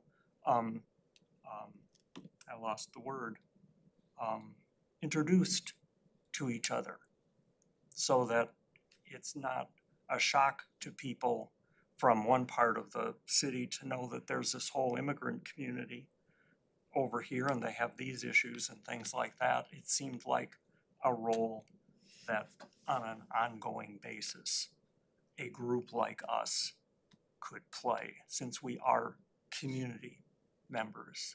And we thought that might be kind of function, but this is all kind of brainstorming stuff that we've done on occasion, and I don't think any of that's in the work plan that we talked about for this year. But anyway, those are just some kind of reactions to And that. very briefly, we do the typical, what you might think of ambassadors of the FaceTime, the tables at Juneteenth and at Rice Larpenteur, and so it was very helpful to have name tags with their names on them. And in this last year, we got T-shirts with City of Roseville, and so we're just another face of the city out there, approachable and willing to talk to people and give away goodies, marketing goodies that they can put in their bags and take home. I went, for instance, to a session on homelessness at the Lexington Parks building a couple of months ago. Prince of Peace Lutheran has been working on this. I've lost the name of what they call that Sacred settlements. thing. Yes, okay. And there were people, I mean, it was really cool because the whole police community action team was there, literally. But there were people who talked as if they didn't know quite how to get in touch with people who do the policies about this kind of thing. And I was able to raise my hand and say, I'm a part of the Human Rights Inclusion and Engagement Commission, and this is one of the kinds of things that, in trying to make a truly inclusive community, you know, we are supposed to advise the city council about things like this. So if you were to talk to me or someone like me about this, we would see that you know, if you didn't feel like you were getting there in other ways, that you're, you know, we got your information to people, and that's, you know, just showing up, as Kathy was saying, in places like that, we get a chance to do that too. Thank you, I appreciate that. Councilmember Strawn, did you have a comment or question follow-up? I just wanted to I really appreciate the ambassador item. Feel like that really reflects the E and the I in your name, equity and inclusion. Over the last 3 years, it has been the most frequently requested commission for people to be on, sometimes having far more people than there are opportunities for membership. It's been the most diverse of the people, ethnically and geographically and socioeconomically of any one commission. And so I appreciate your taking the look at it holistically. I think as soon as you leave out any one part of the H, R, I, or E, then it becomes a whole different entity. And so I just make sure that my fellow council members remember that this is all part of the piece and that this isn't aspirational for all of us to be. We really appreciate you being there, appreciate how well your group is represented at the parade, how you show up and be there. Not everybody has the most respect or trust in elected officials or first responders or other things, and so you are kind of a conduit, and I appreciate that, and I wanna make sure that we lift up your interest in being that advocate ambassador, if that's with some parameters, so be it, but I think that all three of the A's are really valuable in the work that you do, and I really just would want to find a way, not only all of you, but maybe even past members, find out, you know, I know a lot of people have come and gone, and if we could find out if something like this would help them stay around longer, you know, if they had a more specific direction. I don't wanna get into the semantics where we're limiting and actually making it harder we wanna be really clear so that people feel like they're getting what they signed up for and that they stay because it is what they thought it was. And I don't wanna I realize that the words were created in a certain way, but as time separates us and a pandemic separates us from that creation of this combined group, maybe those words don't necessarily make sense anymore. And then people who weren't on the commission at that time are able to look at it with a fresh face and fresh eyes and able to make it better and different, at the very least different, and have it be so that more people feel like they can stick it out and not only for their one term, but maybe stay on for 2 or fill that partial term. And that we have, cause it's a lot more sexy and looks than being on the planning commission or the finance commission. So we have to figure out how to make people feel like it's worth sticking around. Other comments or questions from council members or follow up on the conversation? I did want to check in with our 2 representatives who are working on this with all the commissions and see if my suggestion was something that made sense to you in terms of working with the commission on perhaps adapting this language. I think I had one question from something Becker had said, and it's kind of, I think then other people have kind of brought it up more, so thinking about that ambassador role that's broader than human rights. Is that what I'm understanding? That you envision the folks here that they would be engaged in representing the city in more ways than that? I think some of the conversation has come from understanding that there's 2 commissions that have come, the human rights and the ethics. Engagement. Engagement, excuse me, engagement, yes. And so I think we Which is see the that as the Yeah. engagement piece. But not apart from And maybe the inclusion part clearly as what well. commission we are, yeah. Yep. One of my questions are around sheer amount of time and not just, cause this would be a big thing, to be aware of and be at a lot of events, but to be aware of and understand the things the city is doing all the time. Does that put you in a tough role where you show up and say, hey, we're here to represent the city? Right? We're but here to represent the haven't- commission. Okay. I think that's, I'm here in the city and the city Yes. broadly. And Okay. And I'm saying Roseville and the Human Rights Commission, I think we don't step outside our lane. No, and I think my I'm dialogue. not really as much worried about stepping on a side lane as the tremendous amount Amount of of work you'd be information, talking about, right, the amount of information you need to know, the amount of, that's the kind of thing that I think. Do you wanna be reading all of our planning cases about all the land that- use that is something that applications is and things like that? our job, and so I'm trying to find where that But I line think is. we should, I think some of our responsibility should be to guide people to a website or to city council meetings. City council meetings happen on Mondays at 6 p.m. If we don't know that, like, we should know that, you know? I mean, all the details, I agree, it's too much, but we can certainly ambassador. Point you to the department that Yes. answer your. So it's to help we can- facilitate that engagement and that Yes. inclusion of people in, as you Yes. had said, the civic You can't- activities. Right, you can't feel, you want people to feel included and knowledgeable and know where they can go get their resources and that they're invited to come to these meetings. I think that's important that we include that. Sometimes it's we use the word explain here to explain how they function. Sometimes despite every effort you could possibly make, it's difficult for people to look at something that's an official document, an official policy, an official procedure, and talk to the people who are responsible for that as just a citizen. Because it feels like there's a kind of a power differential thing there, regardless of anybody's intentions that way.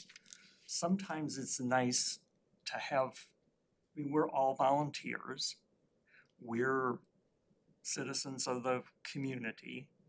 And sometimes it could be just like talking to a knowledgeable friend down the street and saying, I really don't understand this. I wanna understand it, but I really don't understand it. And you could give the same explanation, but it wouldn't have the same meaning, it wouldn't have the same feel to it as the next door neighbor kind of approach that somebody can give who's a volunteer, who we have no enforcement authority or anything like that. We wouldn't want to have anything like that. But to be an interface like that, to help a person deal with whatever issue is like that, might be a useful thing for people like us to be able to do. To stand in the middle between things like that. Yeah. Thank you. Does that make sense then to, as the follow-up from this discussion, is to try to synthesize all this into an update to this language that that can work and go back maybe to the commission for their reconsideration at that point? You know, the only thing I would say is, what we wanna do is, if you almost wanna give this to someone who has not been working on it and say, when you read this, what do you think it says? And I think that's kind of what I'm looking for, is to, so when we're not, you know, Councilmember Strawn said that, is when none of us are around anymore, if someone reads the document, will they be able to understand clearly? So And I think that's what that will I'm. be your charge. Right, and that's the charge, right, to make sure that's what we're working towards. And that may be when you write, I know I've done that before, then I'll hand it to someone who, hey, will you read this and tell me what you think? And then that, you get someone, because when you work on something a lot, you have so much of the background behind it, it sometimes starts to look a little different, so. All right.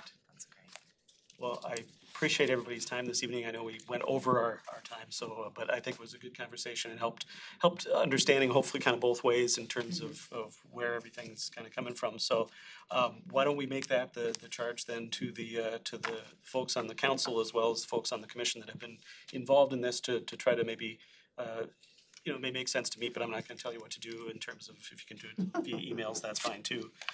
But whatever. Don't tell me what That will be, I never can, Councilmember Ratten. How's that work? All right. Thank you again to everybody. Thank you, guys, yeah. Councilmember Groff, anything we missed or anything you wanna make sure we talk about, or you feel it's pretty well covered? I feel it's pretty well covered if you can hear me. Yep. Yes. Yes, we can. Hooray. Yay. I think it's pretty well covered. I think that, you know, the commission's work is good. I think, Councilmember Schroeder's thoughts are appropriate, but I do think reading through it, I try to stand back and think of what it sounds like to a layperson or someone who hasn't worked in human rights for years. And I don't think that's a bad idea, but I think that the commission has done that already. Good for review, though. Thanks. All right, thank you.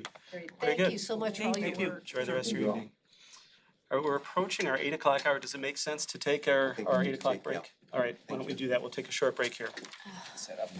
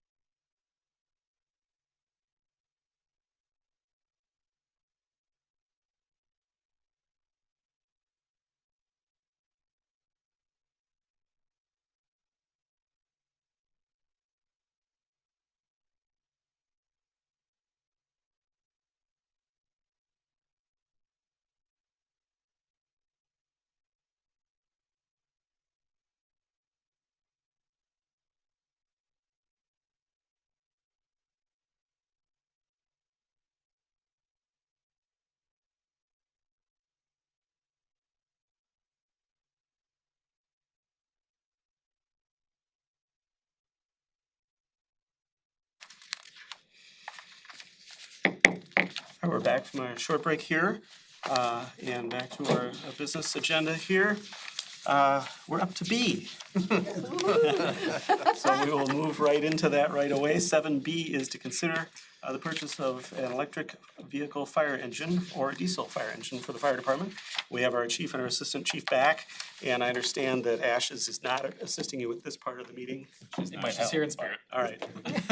Welcome and look forward to your presentation this evening. Wonderful, thank you, Mayor and Council. Good evening. As the Mayor pointed out with the introduction, the main purpose tonight is just to have the open discussion and hopefully achieve some direction from council on the stance versus of an EV fire engine purchase or continuing with our conventional diesel fire engine. Just quick, background. I'm sure you have the documents there within your packet. Kind of go through the pros and cons of both the diesel and electric engines, as well as the financial impacts of both. I know that's been a question that multiple council members have had to kind of walk through and talk through. We have presented at the Finance Commission as well, and I know Ms. Petrik is here as well to help answer maybe some questions that maybe I just can't quite answer as far as that goes. We have been in the past practice of 5-year replacement based off NFPA recommendations. The NFPA recommends a fire apparatus is switched out after every 15 years in total, but in a first out capacity between 5 and 10 year increments is their recommendation. The two driving factors for us to be here tonight, and so why you're asking why tonight, one is we're looking to save some money. Our main goal is to lock in 2023 pricing for both the diesel fire engine and the electric vehicle engine, as well as the construction time frame. Right now, it's between 14 and 19 months for an electric engine, between 21 and 24 months for a diesel fire engine. So getting locked in prices at the 2023 rate, as well as trying to get into the construction timeline and the construction queue, if you will, with our vendor. So those are the main reasons that we're here tonight, to try to kind of walk through and talk through those processes. As far as the timeline, Neil and I have been looking at replacement options for our engines for a couple of years. And in 2022, we started the conversation at least about electric engines. Then in early 2023, I brought the idea of the electric engine to the city manager. He and I, along with Neil, started to kind of look at pricing, cost, the CIP, department goals, city sustainability goals, and thought it would make sense to bring it to council sooner than later. We talked about that maybe about a year or so ago, and then that's when we came to city council in summer 2023, which you can see here during one of your CIP discussions. The assistant chief and myself came up for maybe 10 or 20 minutes and talked a little bit about electric engines, diesel engines. We also discussed ambulances versus the current medical rescue vehicles that we have. So from there, late summer, we invited council members and city leadership to take part in a demo operation that we had. We had a demo vehicle, and I think 3 came out to kind of poke around, take a ride in it, get a kind of a feel for what we're dealing with and what we were kind of talking about. In November or this fall, I did first of 2 presentations with the Finance Commission per the request of the mayor and council to have the Finance Commission look at apparatus and timing and those types of things. So I did that in November, and then in January, this past couple of weeks ago, did a second presentation with the Finance Commission to talk through kind of the pricing, the impact to the budget, and impact to long-term finances for the city. The Finance Commission voted, or at least decided, recommended to council that it would be best to go the EV route, looking at the options for bonding and for the equipment notes, which we'll get into in just a little bit. One of the questions and conversations that came up when we were here before the last time and when we were doing the demos was how many of these vehicles have been purchased, how many are in service, where are they at? And so I worked with Roseville just to give some sort of a visual example of where worldwide the trucks are at, how many are in production, how many are in service. In North America, so far in service, we have Los Angeles City Fire, Vancouver just placed one in service, Rancho Cucamonga, California is placing one in service, the Navajo Nation, and then Clark County, which is Las Vegas. Clark County is actually using a demo unit right now. They have it on lease for, I believe it's 4 or 5 months. Went in service just ahead of the F1 race that was in Las Vegas a month or 2 ago, and is incorporated as part of their fleet right now. They'll be purchasing one or two of those units as well. Most recent orders from Boulder, Colorado, they added a second, which was an order that was in place when we talked the last time, so they purchased a second one. And then just sort of a side note, St. Paul Fire is in the process of doing their final inspection on theirs and will be taking delivery in the very near future as well. So just a quick look at what's happening sort of around North America, and then you can kind of see on the other side of the map just showing worldwide where the vehicles have been purchased and where they're headed for in-service operations, training, and subsequent being placed in frontline service for those departments as well. When we look at the process to get to where we're at in the context of a new vehicle, something that's a little bit more innovative, I wanted to take just a second. Each one of these pictures represents a different area of what we will call proving of the equipment. So when Rosenbauer was in the R&D stage, they knew that this was going to be a question that would be asked of anybody that was purchasing something that's new and different in the fire service, especially in North America, as we tend to be a little slow on the change uptick. And so the truck itself or the project itself went through some very significant testing, which is sort of abnormal in the fire service. We don't spend as much time as maybe a typical car manufacturer might on R&D work. They don't. You just don't see them building vehicles and then putting them out for that robust testing. So just a little bit of a glimpse of where the vehicles have been. And as we look at that, just to kind of take sort of the proving work that went here, we look back at what LAFD has done. So we have about a year's worth of data from them now. The vehicle went on a little over 3,200 calls, a little over 8,000 miles. All told, their energy backup system, which we've talked about, ran for 45 hours, consuming about 50 gallons of fuel. So for them, diesel fuel is a little bit more expensive on the West Coast, but an estimated savings of 4,500 gallons of diesel fuel, which is right around $25,000 for them in an operational year period. So from the perspective of saying that the vehicles should or would do this, they're seeing that as a very confident working solution in the field as well. Some of the benefits of at least the EV piece that we've talked about with council, it's been in your packet as well, but we've mentioned over the years, but the fire safety ones are critically important. The reduced cab noise and the ergonomically enhanced design are substantial for longevity of the firefighter. We've talked about kind of the steps. Currently a diesel fire engine, we step down about 24 inches every time we get in and out of the vehicle, where with the new vehicle or an EV engine, it'd be about 4 to 6 inches. Reduced lifting and lifting heavy items over your head, everything drops down to pretty much your forehead level. So some of those pieces. We did mention, as Neil just did in the last slide with LA County, reduced operational costs of apparatus. We could see anywhere between $8,000 to $15,000 a year of savings between fuel, oil, DEF, and other drivetrain maintenance and things that we do. We believe at this time that it increases the life cycle of our primary engine, 5 years on a first out capacity and then into a 20-year total time frame of the vehicle, where we're currently at 5-year incremental and a 15-year life cycle of the engine. We also think it's important to be on the forefront of innovation. We get that there are sometimes risks with that, and I think that the fire department as well as the city has never really shied away from being innovative or creative with many of the things that we do. And also I think it's a huge plus to have a Minnesota manufacturer. I think that's going to be key when we have service items that we need. They are also a very large company, so getting staff support and getting repairs done at any kind of need happen very quickly. And I think that'll be a positive with working with this current manufacturer, who we do have a pretty long established relationship with. Just kind of a cost side-by-side comparisons. We've shown this time and time again. So right now, the conventional diesel engine is right about $1.1 million. If 2 years ago you would have told me that a conventional diesel engine was going to be $1.1 million, I would not have believed you. So post-COVID, we were still under the full assumption that it was around $750,000 to $800,000 for a fire engine. But post-COVID, those between equipment shortages, labor costs, it has ballooned to the price you see today. So that is what kind of drove us in the last year or so to say, is there a better option, a better long-term option, something that would work better for both operations and financially for the city.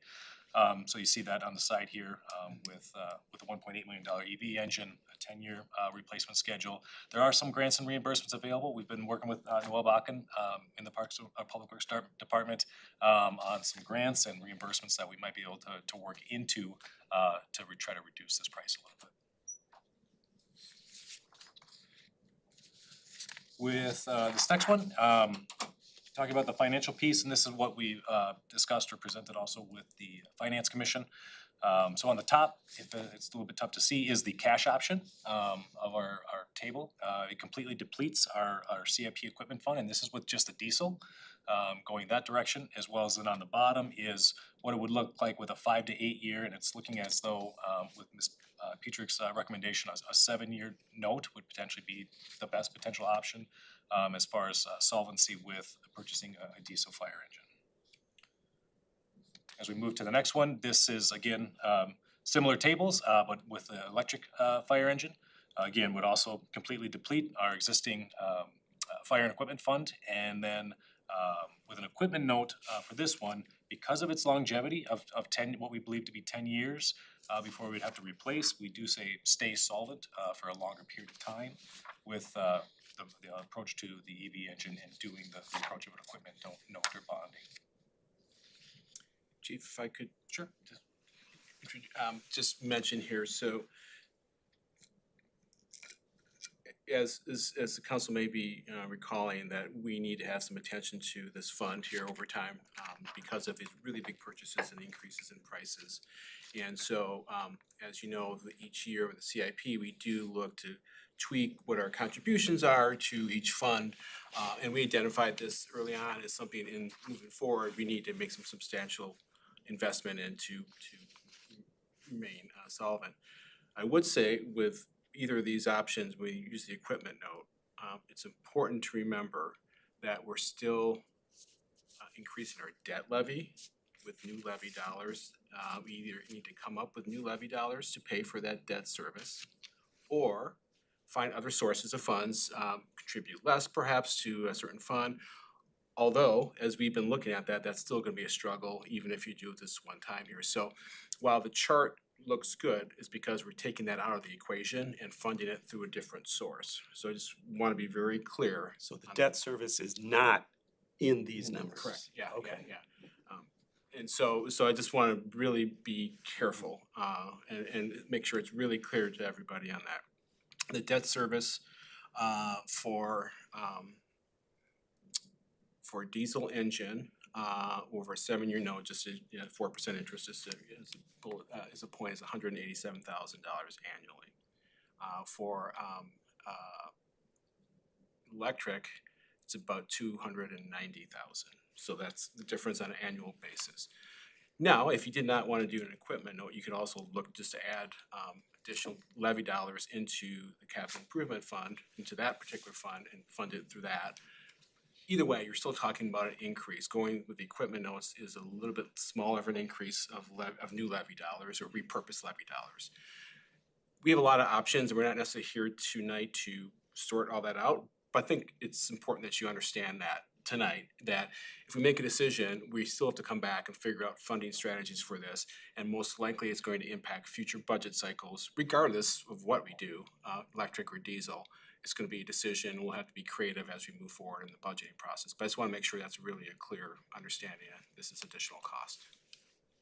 So, and just to understand that too, I mean, one of my impressions when I was thinking about in past years, generally using bonding to pay for capital versus paying cash, is if you use bonding, you're taking this large cash balance you've essentially saved up, and theoretically, you're taking a little bit out of that each year to help pay for the debt service. And so I don't know that it has to be a situation that 100% of the debt service is necessarily coming from new levy, as I understand it, because theoretically you could be taking some of that from the fund itself that you've set aside for that cash purchase.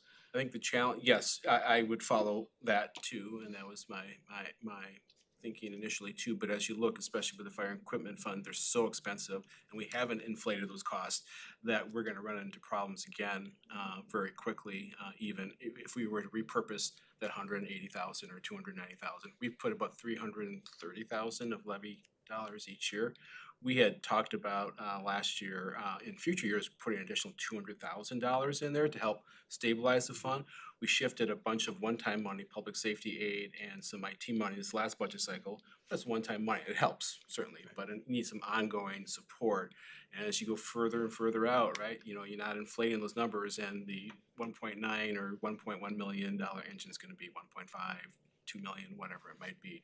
So it's something systemic we have to look at with our CIP, but I think it's important to bring that up just so it's not in isolation thinking, wow, if we do the equipment notes, we don't have to worry about raising any additional levy dollars or finding additional levy dollars elsewhere. Well, I think we have to think about our plan going forward too, is do we move from saving up cash and paying cash for each of these to a model where we always use equipment certificates and we're just doing debt service each time?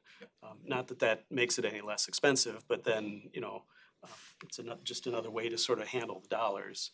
But that's not necessarily, like you're saying, a conversation necessarily for this evening, but it's part of the understanding, right, Councilmember?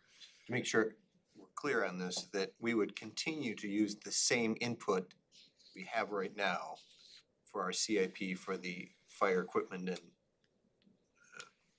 vehicle fund. And we would have the additional, whether we add to the levy or whether we do an equipment bond.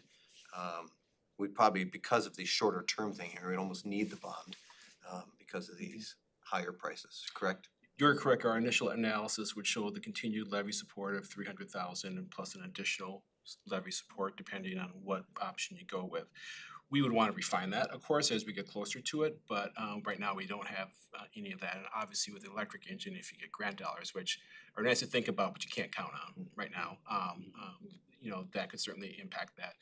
There's other options. You have existing fund balances elsewhere to help pay that, the excess cash reserve fund. We've taken a quick look at other funds and don't see anything that's really that we can adjust. And so as we move forward in time here, whatever the decision is, because once again, even with a diesel engine, we're going to need some assistance and some creativity in how to fund that. We'll be able to come back with some better options to consider and how to balance that. Very sensitive to the fact that just raising tax levy by 200 or 300,000 before we even start on the 25 budget already puts us way behind given everything else. But this is an issue. Even if we weren't talking about electric engine, this was an issue we would have to be talking about as part of this budget process and how to fund this fund if we were just going with a conventional diesel engine. The electric fire engine has brought it more to the forefront now because we're kind of at this decision point and whether to lock that in or not. And so it's a little bit earlier in the game than we typically get at, but it's still an important fact that I want you to make sure that you're aware of that and cognizant as we move forward. And if we can, maybe just while we've got this graph on the screen, so, and if you compare it to the previous one, you can see the big, the big red. Next slide shows Got them it, all. there we go, Yep. okay, perfect. You can see the replacement timing for the diesel option is more frequent replacements, that's the red spikes there. And then on the electric option, that spreads them farther out, which is part of the reason that financially in the near term it looks a little better.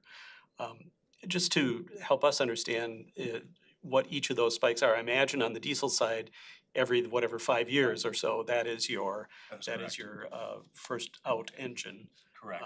And then it looks like there may be another type of engine or some other apparatus down in that 2040. So that's when like there's a ladder.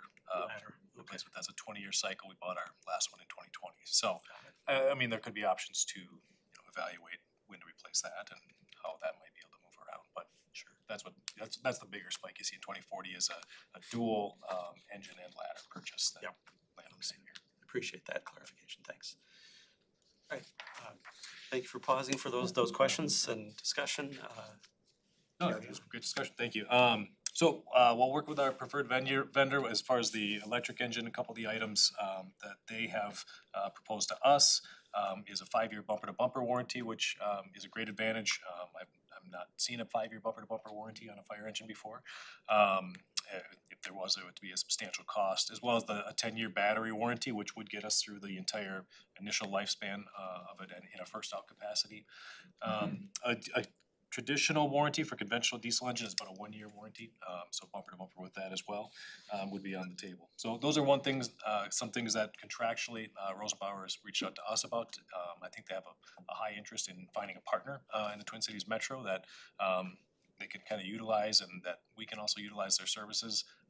I think they're looking for kind of a unique fire department that provides lots of different types of services, whether it's from like a headache to a structure fire to an elevator rescue and everything in between. That's what this engine does. And so I think they're kind of looking to partner with somebody that does that. Not called 911 for a headache. You'd be surprised how many do. Depends on the headache, I suppose. Yeah. Councilmember Schroeder. One thing I did wanna point Yeah. out on that 10-year battery, that's something we actually pay for. It's not it's something you could actually add an additional cost in for. Yep, there is some cost associated with it. The one thing to highlight is it's not an option that they offer to any other customers, so to speak. It's something that they've provided to us as an opportunity, given some of the questions that council had when we were here the last time. So we went back to them, asked them that question. They said, yeah, there certainly is some cost associated with that, much like there is any sort of a warranty. But that they would be willing to stand behind it in an effort to sort of show our council that yes, they are confident in its performance and that is a part of the sort of that contractual And agreement. the battery warranty actually includes the equipment around the battery as well. Yeah, it includes the high voltage system, so they're not, it's not like your television remote where you can just pull the battery out and set it on the table. It's a little more intricate than that, so replacing the battery, if you will, is a little bit more complicated, just like replacing the engine in a vehicle is. So there are some associated components that go along with the battery that would be a part of that process as well. And I know that the 10-year battery warranty is a common time frame on electric passenger cars and hybrid vehicles. That's fairly common, so. I don't know if you're paying extra for it one way or the other, whether it's explicit or implicit. Well, the warranty is 40,000 and a replacement battery costs you 42,000. So just to give you an idea of the cost. Today it costs 42,000. Yeah, exactly. Yep. All right, so this was just a quick representation. We mentioned the departments that have trucks in service on order, and so this was just to end it on sort of a visual of what's out there right now. The Clark County one, which I mentioned is in Las Vegas, up in the corner, the yellow one. Fun note, that was the truck that we did the demo in. So when we were doing the demo, it For was Big red, Ten, yeah. if we remember. That is wrapped in yellow in their fire department's color scheme while it's being used by Clark County as well. So just a little note to play off of. So we can handle any questions that council may have. Discuss this further. Councilmember Schroeder. Just, are there any benefits with the diesel over the EV?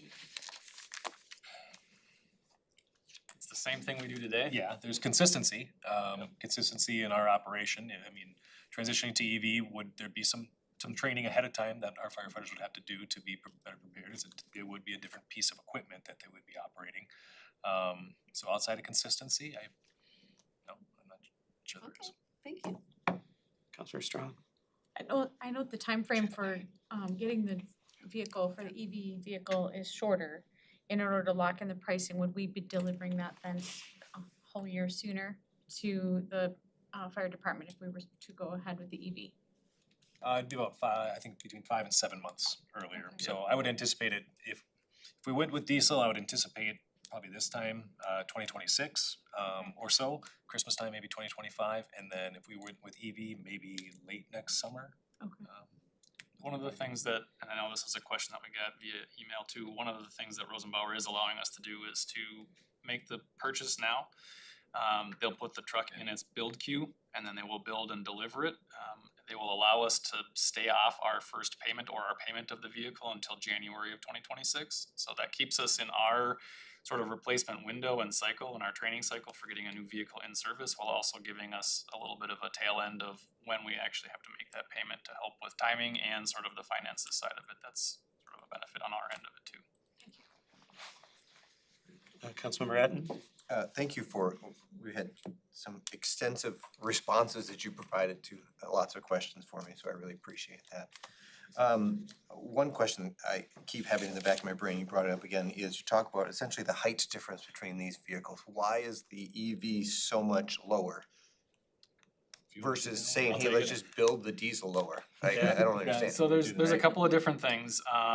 One of the things that is really driving the change is the EV is not built on a frame. So big diesel fire trucks and all vehicles until the late 80s, early 90s were built on two big steel I-beams on a frame, and everything got built on top of that. Most modern cars now are built on what's called a unibody construction. There is no more frame, everything kind of comes together in one, and that's very similar with the EV. So the EV's frame, if you will, is actually its battery, and it's living right underneath the vehicle itself. So there is no big frame that has to have everything sitting on top of it. When we build a diesel truck, we take that frame, we stick it on big tires, and then we put everything on top of it, and it keeps just building up from there. because of the size of the components, right? So the engine that you put inside of a diesel fire truck is, half the size of the table that we're sitting in front of right now, and that just simply requires space, which keeps moving things up and up and up. And unfortunately, fire trucks are not going to get in that context any smaller because the components that make a diesel engine viable nowadays are only getting bigger, i.e. the emission systems have gone from a tailpipe that was the size of the chief's water container now to something that is this big around that has to get nestled onto the truck as well. So that's the big driving factor is the simple construction of being able to handle the size and the weight of a diesel truck. Thank you. One of the questions I had for you guys is kind of data on, we're looking at the potential for this being a 10-year first out engine and how we can know that. Certainly in the US and North America, you pointed out some departments that are just getting them in line or had one for a year, and it would seem that Europe might have had them a little bit longer. What's the longest that we've seen one of these in service so far, anywhere? So the testing, and that's really when they started with the project, was anywhere between 6 to 8 years they've been in testing. So given that context, the main component being the electrical driveline system is something that was developed by Volvo, and that's been around for roughly 15 years in terms of being confident in its longevity. When we look backwards to say, what do we have that's given us the confidence, excuse me, outside of the electric drivetrain component, the rest of the vehicle is using very similar components to what we have in our fleet right now. And so what makes our fleet unreliable in the fire service actually is the driveline. Nobody makes a diesel engine any longer quite designed for the vocation of the fire service. And what I mean by that is most diesel engines are designed for semis. They start and they drive for thousands of miles at a time before they get turned back off, and that's how they're built. Our vehicles start, they go from start to driving at what I will say maximum load, to stopping, to starting again, to coming back and then being turned off, which is one of the hardest drive cycles of any diesel apparatus on the road. And so that's where the reliability issues start to plague diesel fire vehicles. And this isn't unique to Roseville, this is just unique to diesel engines being used in this vocation in general. So when we look at that being the reliability issue, our water pumps are not a reliability issue, and it's gonna have the same water pump as the rest of our fleet has, so we have high confidence in that. We think that because of the transition to EV and based off of what moving parts and what unreliable issues we see with diesel being gone, we'll have that confidence to have a reliable vehicle for 10 years. Okay, one of the things we talked about, again, thanks for responding late afternoon to more questions, but one of the things I asked about is what happens with our second and third engines? Because if we have, let's say we have the new EV and it's going out for 10 years, that puts those second and third ones at 15 and 20 years, which is different from our current cycle. And one question is, do we need 3? I think that was a question that came up, and if so, how we're gonna handle that? Or do we have concerns at 20 years that that third backup that we might need for X, Y situations would not work? Well, I think it allows us some flexibility in that, looking at just kind of time frame right now, we have 3 diesels obviously that go, 2010, 2015, 2020. I think if we were to fast forward to 2035, looking at it, I think that the 2020 engine would still remain in service as a reserve capacity. Now, a lot of it depends on wear and tear and how well it functions. It's compliance testing. We have to do annual testing, for multiple pieces of the apparatus as well as the pump system. I think as long as it's still functional and operational, that we would probably continue it in a reserve capacity. We did exchange emails about how our ladder truck does have a water tank and a pump and can function as an engine. So there could be situations where in a pinch, if we needed to, and if this engine wasn't gonna work as a third out anymore, in that reserve capacity, maybe we can transition to having that ladder be that third engine if we really needed it. Do we see situations where we need 3, or is that where mutual aid usually comes in? I think there's, Or we use the second and third when the first is getting work done on or whatever, right? So Yep. but we wanna have 2 pumper apparatus of some form available all the time. We do, yep. But I think it brings up a great topic for a lot of our shared services. I think there's opportunities to partner with other communities to, maybe it's a shared reserve vehicle that a lot of agencies have. I think that's an opportunity that could be out there. Why should us and Maplewood and Lake Johanna and whoever else have third and fourth vehicles that are just getting dust and hanging out in the fire station? What if there was a shared vehicle? So I think that between that option, the extension of our current 2020 engine, or potentially utilizing our existing ladder truck as technically an engine, which it is, and can function like one, I think we have options to fill in those gaps that might exist or occur. So I guess there are a lot of positives, you've outlined those, my concerns are around the essentially additional $100,000 a year it would cost to move to the EV. All of it's gonna be more expensive, no matter what we get, and that is a concern, but it is a reality. But that additional 100,000 and just being able to count on that 10-year piece and how that affects our other engines and our ability to respond to things in our city. So those are the things that I go, how are we making this work? Does this make sense?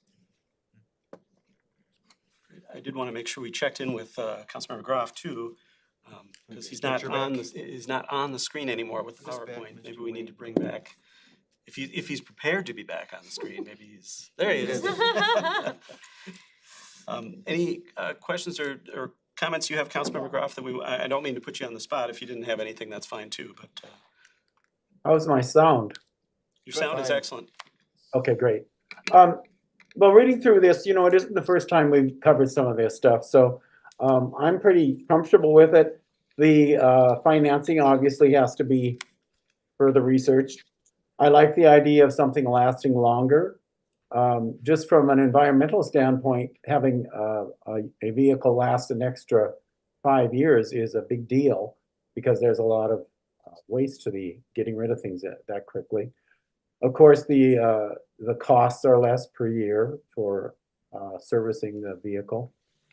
I understand Councilmember Enton's concern about, but is this really 10 years or not?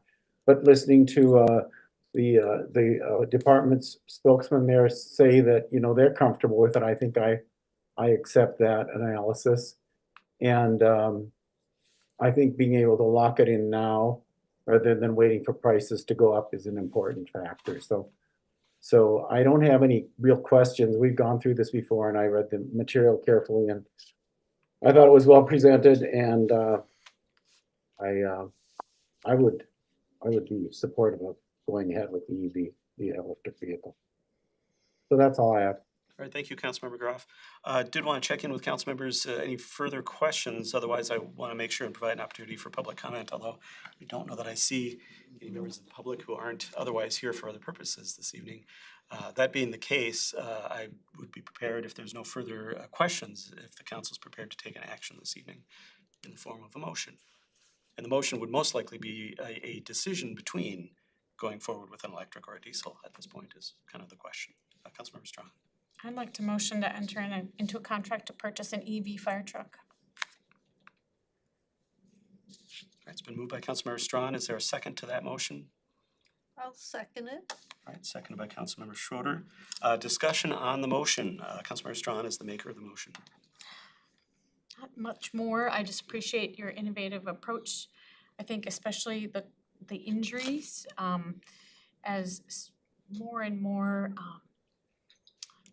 industries are regulated by OSHA and there's more changes coming down the pipeline as far as safety.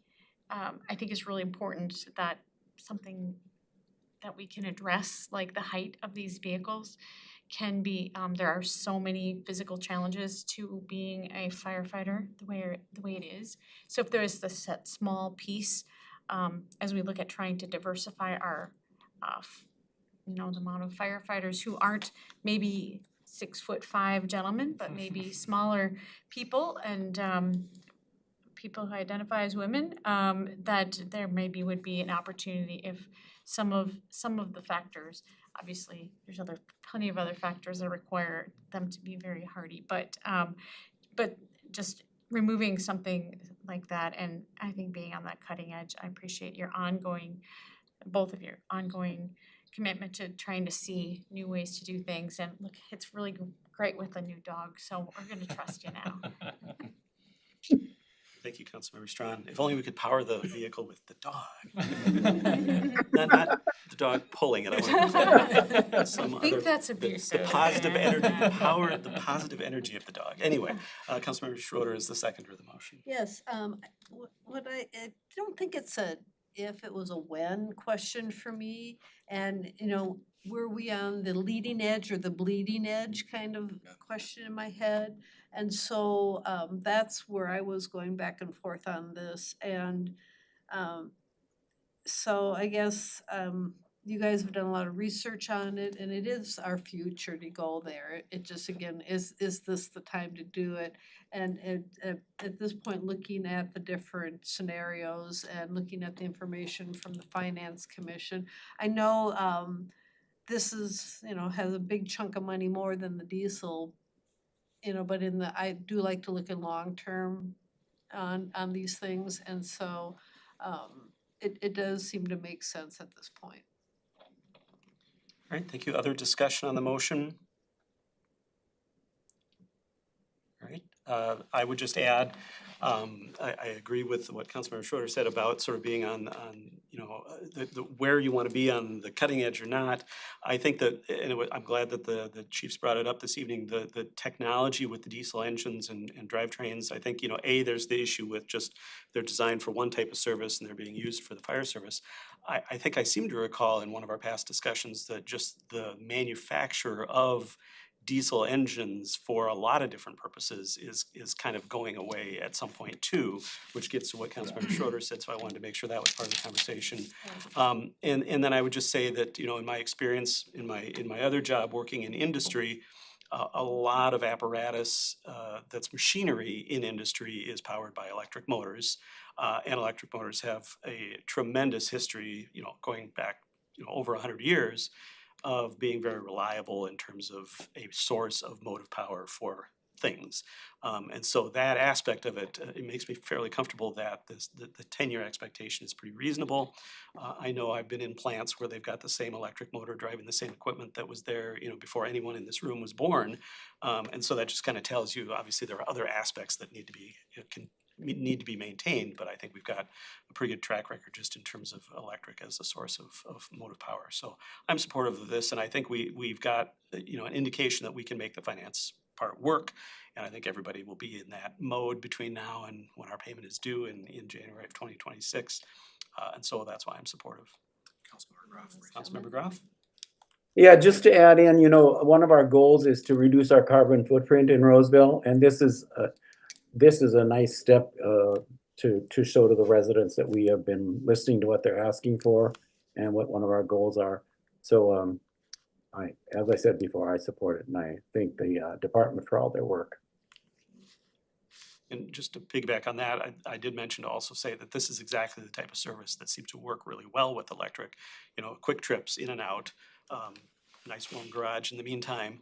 You know, and that's where a diesel engine, you're getting into a lot of situations of idling, where emissions are especially, you know, pointed as opposed to over the road where emissions are spread out geographically, but also generally the running situation is such that it's not as high of an emission as an idling situation. So thank you, Councilmember Groff, for mentioning that, and Councilmember Schroeder. Also, I think we have better opportunities for grants and different ways of funding this, even though this is a more expensive vehicle. I think we might have some more opportunities to help from that aspect with the funding of it. It's still a big number, but hopefully we can come up with some creative places to get some help on it as well. Yeah, it's our goal to be very aggressive with pursuing grants and reimbursements as we get into this, for sure.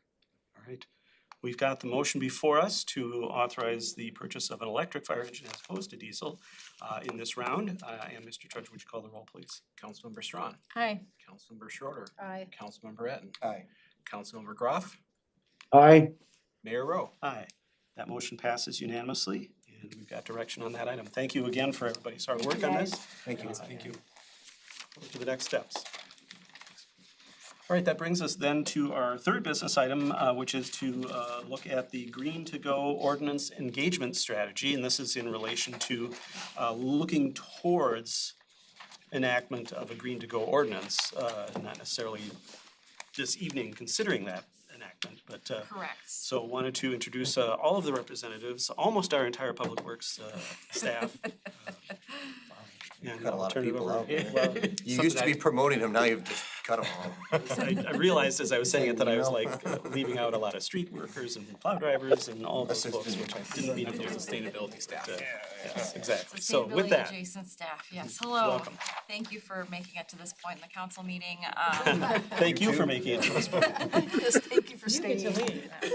Well, yeah, and before I begin, I just wanted to check and see if it would be useful to go through all of the specific ordinances of the other cities. I've reviewed them in the packet in the presentation. We'll just kind of move past those and into the history of the discussion, maybe a little bit why we're looking at this, and then we'll go right into our recommendations for engagement. So we've been discussing this with the Public Works Commission since March of 2022, or at least that's when I came on board with these discussions.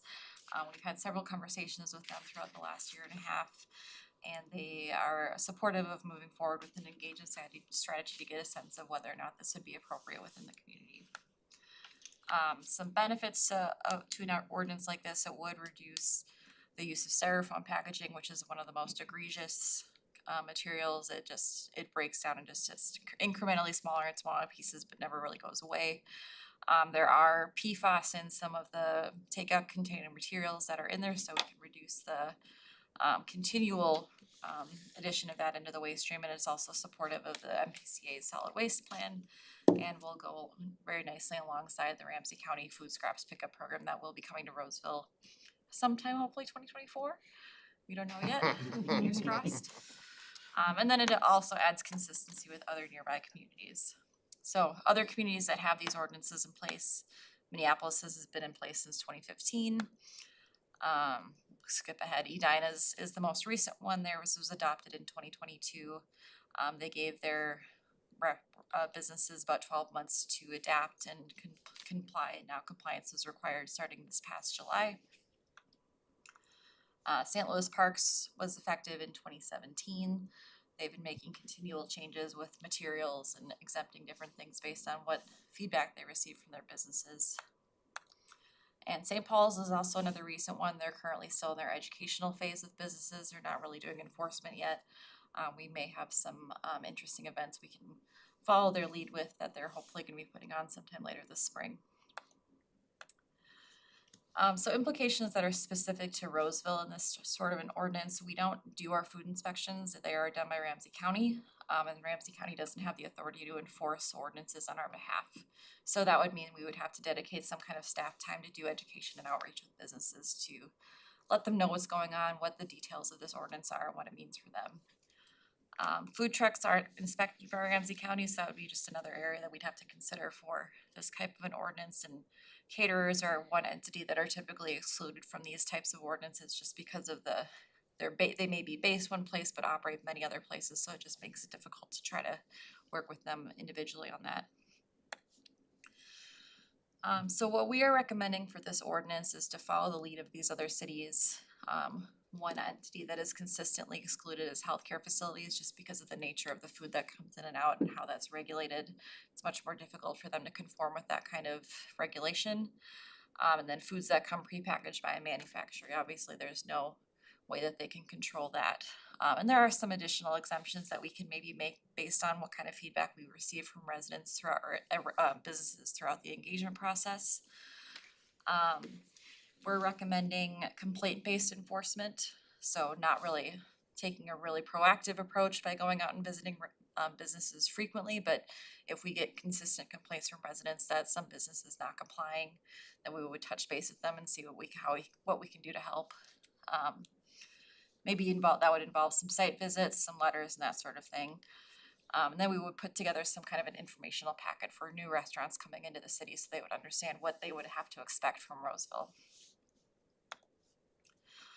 There are quite a lot of resources available for businesses. We're really lucky. We have Biz Recycling, which is based through the county. WasteWise is through the state, but also kind of works in tandem with Biz Recycling. And Minimize is a new organization that's kind of involved with all of them that specifically focuses on reducing single-use plastic items in restaurants. They have a lot of really great resources that they can offer to restaurants. There's also grants that are available to restaurants. They can get up to $10,000 to help offset the cost of adding additional additional bins, additional signage, even containers and that sort of thing. We do have some restaurants that have already taken advantage of those grants throughout the last few years. And there are more significant grants available for kind of high capital projects that are for really significant waste reduction, which wouldn't really apply in this case. So we're recommending an engagement over the next 3 to 5 months. Our first opportunity to announce this is actually in about 36 hours at the Roseville Business Council meeting.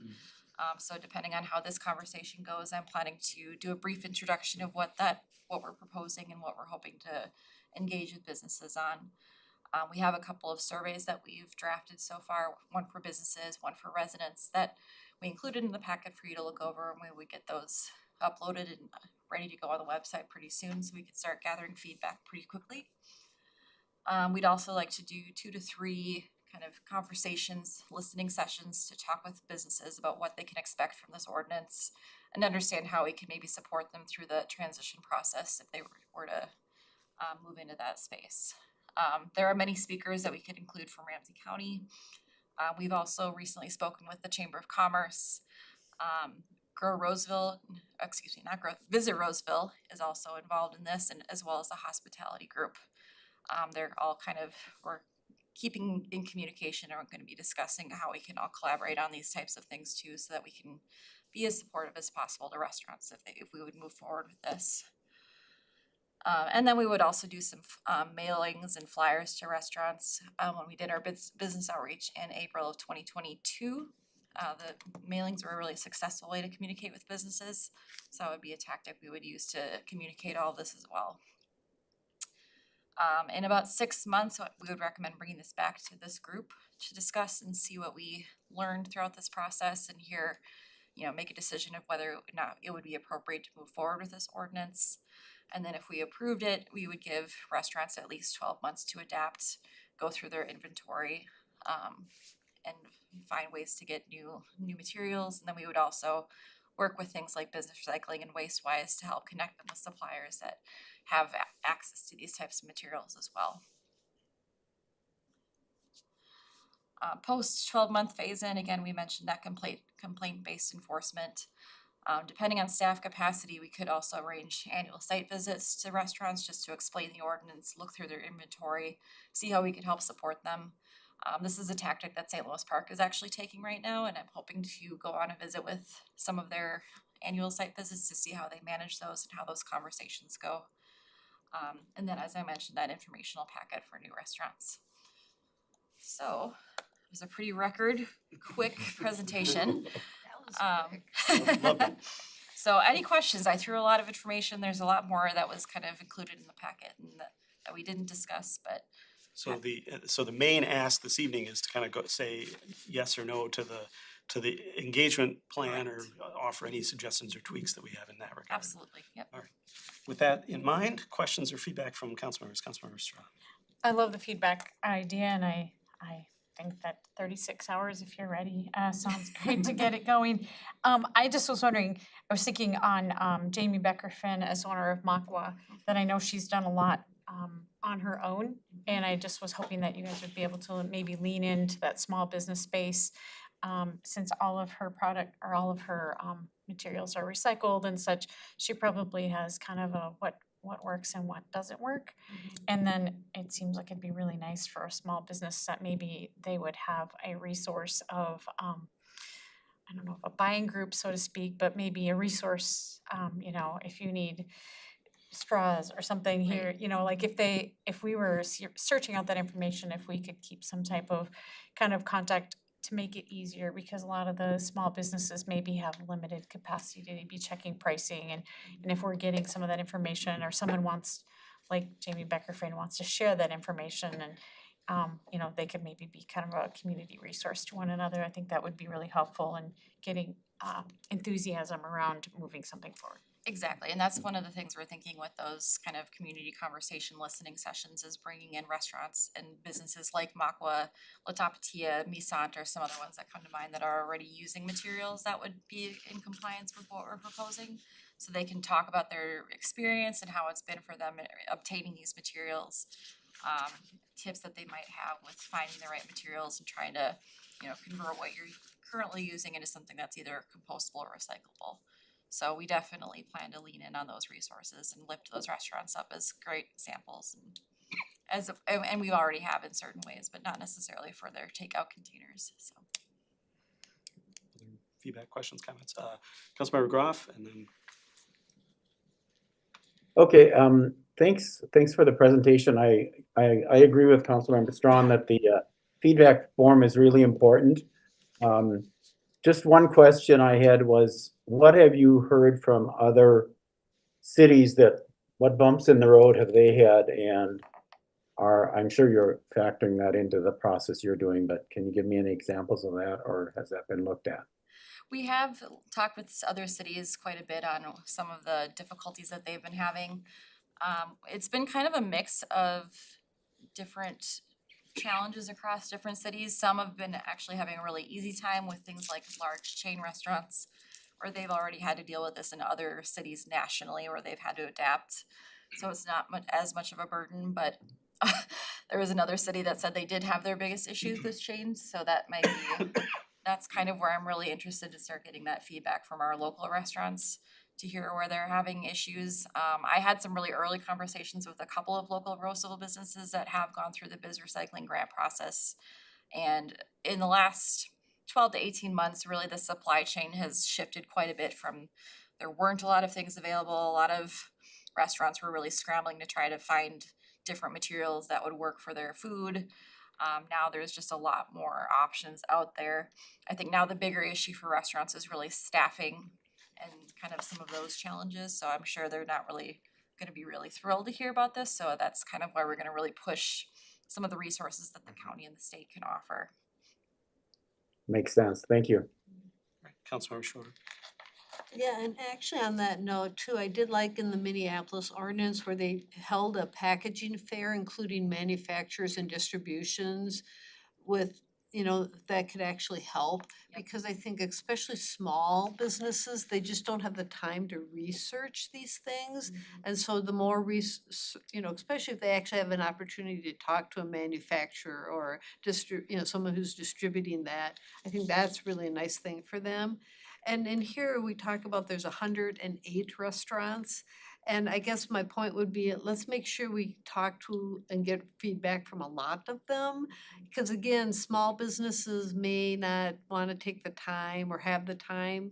And so what if they respond with the mailing, great, but you may end up having to go out and visit more than you might think. And so with 108, I think you're gonna have to figure out how many each week you're gonna have to hit to get to that, 6-month period or whatever, so. Yeah, and we've talked quite a bit with just internally about some of the challenges that some of our local restaurants might have, especially we have some immigrant-owned restaurants where they also have other social challenges that they're dealing with on top of running a business on their own.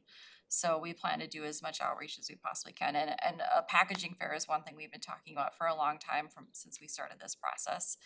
That's one thing that St. Paul is hoping to plan there was gonna be one in the fall, but it never wound up happening, so hopefully there'll be one this spring that I can attend and start getting some resources and copying the things they do and learning what they did wrong, so we can avoid that, so. Yes, that's a good point, learning both directions, yes. Exactly. But yeah, trying to help connect businesses with those resources as quickly as possible is something that we're really hoping to do. Councilmember Ratten. Someone brought this up about a decade ago, I don't know, approximately. I'm super excited about your work and I'm actually really excited to hear that there are more resources for restaurants. I know we paused that discussion because we had this pandemic thing and we didn't wanna put pressure on folks, so to be coming out at this point and that there are more resources and hopefully because of that, the prices are better for restaurants, that this can be something that will be a change, but won't be an insurmountable problem for folks. So I appreciate the work you've done so far. I think the outreach you're doing is gonna be great. Will this include things like the to-go bars, whatever, at Byerly's or at Cub? It could apply to certain things in delis, so I know St. Louis Park and Minneapolis, it does apply to certain deli items. But there may be a case for exemptions based on just availability of materials that are suitable for certain packaging types of things. So like if they have salads that are, you know, readily prepared, I think that would be an easy thing where they could have a compostable or recyclable container, but things like deli meats that go in a bag that might be fall under that kind of, there is a film that's excluded in Minneapolis that's less than 10 micrometers thick or something like that. I'm not sure what Yeah, I that- wasn't thinking about like you're getting your deli meat packaging, but yeah, if you're going through a buffet line, the Barley's has a wonderful array of things. It's really a fantastic thing, but a lot of that could theoretically be considered takeout stuff, Mhm. right? And could be packaged, I would think, in the same way that if you were at Missant or something like that, so. Correct, so we have, I believe the count was around 30 some other food establishments that are not necessarily restaurants, but are convenience stores, grocery stores, that sort of thing, that we would also include as part of our outreach. Okay, yeah, I was just thinking, obviously a convenience store is almost always gonna be getting prepackaged stuff from a distributor, different from some of these other things, so yeah. Except for the hot dogs on the rollers, I was just gonna say. Exactly. No, they never Well, leave let's the crack rollers, down on the hot but, dogs. Where's the food safety testing those babies? Yeah. No, but I think that's a good point, because, you know, there are things that the various grocery stores prepare on site for people to grab on the Take way and go. out. Yeah, And part of that engagement process will let us know how feasible that may or may not be for those those grocery stores to be able to comply with that sort of thing, so. So I guess the main question here this evening is, do we have issues with the proposed engagement plan? Do we want to rewrite all the questions on the surveys? Let's do that for the next survey. Save Let's that. do it, yeah. 10 p.m. Yeah, our hope with the survey too, we really don't have any demographic data on our restaurants, so we're hoping that we can maybe gather a little bit of data on that as well, and also just get some information on how residents perceive this and what are their recycling and organics composting habits, and how can we kind of use that to inform our process with the food scraps pickup program as well, so. All right. Good.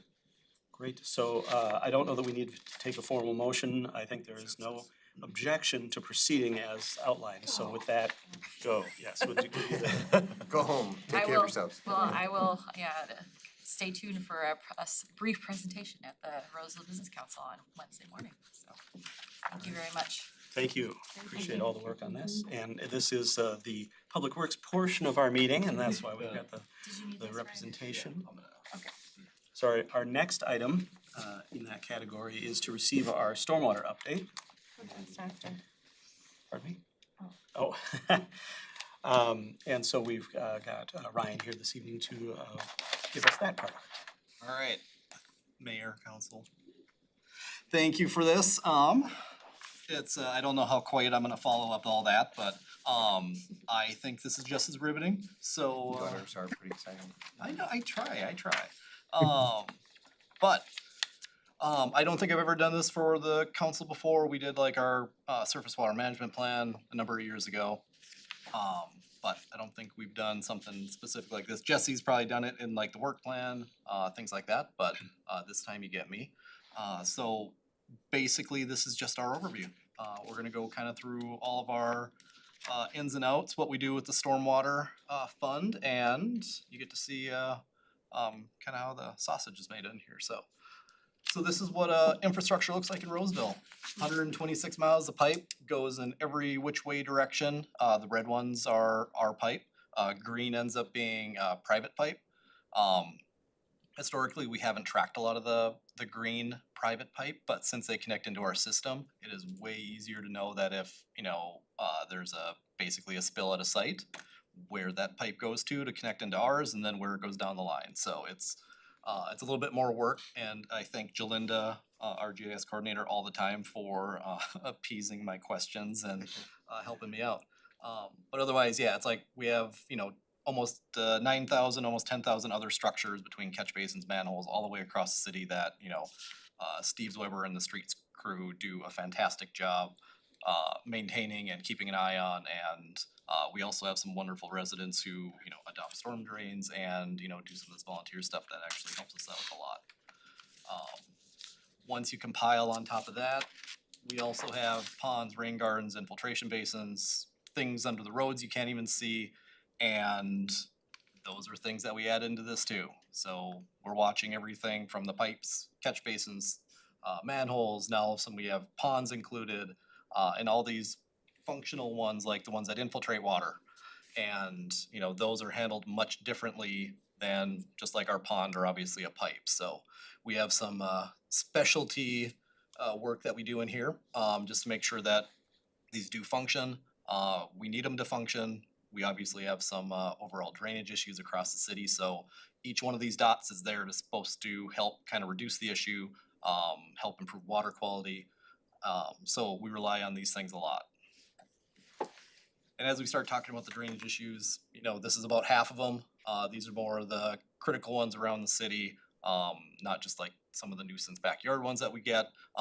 Those ones do have, you know, multiple properties draining somewhere, but, you know, it's like these are the ones that, you know, stop the flow of traffic and have much bigger consequences. And this is kind of what they look like. Everything from backyard to major yard flooding. We see street flooding, that, you know, that can happen even from just a catch basin being plugged. But kind of the unicorn in the group is that bottom right corner, the fact that we actually have a picture of a catch basin that's surcharging. So water, instead of going into it, is coming out of it. So once we find these are the ones that, you know, are the most difficult for us to tackle and to remedy and to try to figure out, you know, what is actually going on here, because water should be flowing through the pipe, not basically getting backed up to the point, and then you actually have water that's above it coming down and then pushing water out of this. So we don't have a lot of these, but we do have a few, and they're much harder to tackle than a lot of the rest of them. Then under the very rare occasion so far, Mostly 2011, it looks like. this is all 2011, thank you, I was gonna point that out. But we had the big rainstorm July 2011, we got 6 inches of rain in 3 hours. This is what Roseville looks like after that. Top left and bottom left is all Godfrey Pit. So this is Fernwood and Larpenter Avenue. Godfrey Pit is the big pond just north of Larpenter. Just north of Larpenter, just west of like the animal hospital. Now there's like the not Napa, but one of the other auto parts stores there. Oh. It's just to the east of Fernwood. So it's just like, this is a big regional issue, and this is what happens when too much water goes in and it can't get pumped out into obviously St. Paul fast enough, and then St. Paul also looks like this, so there's really no place for it to go. So, you know, this is cars being flooded, and this is essentially about a block away, a couple blocks away. So it's like water is 7-8 feet deep at the lowest spot in all this. So again, these ones don't happen a lot, thankfully. And then, you know, flooding elsewhere from County Road C in Fairview to Bennett Lake.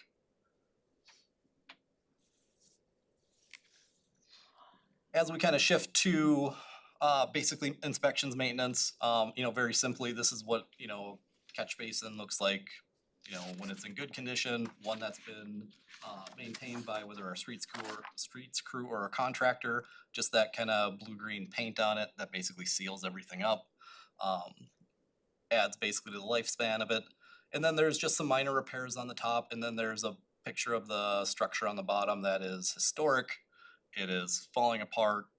It looks like they actually used, you know, probably a block structure. There, you know, they could have used boulders at the bottom for all we knew to build some of these. So we have some very old structures, as a lot of these things were built mostly in the 60s when Roseville was really kind of, you know, developing. So we have some old infrastructure that we're trying to, you know, maintain, keep in operating condition. Because again, we have 9,000 of these scattered around the city. Pretty hard to remove and replace all of them at the same time. One of the other things that we really started to do that's been really beneficial and helpful is we'll actually go through, just like our sanitary sewer, we'll go through and we'll do this televising. And this happens to be in the area that we're doing our PMP and County Road B reconstruction this year. So last year we went through and started to televise a lot of this to find out what the pipe looks like. For the most part, you know, in this area, pipe's in good condition. We did notice in this one, basically just a couple of pipes that were offset.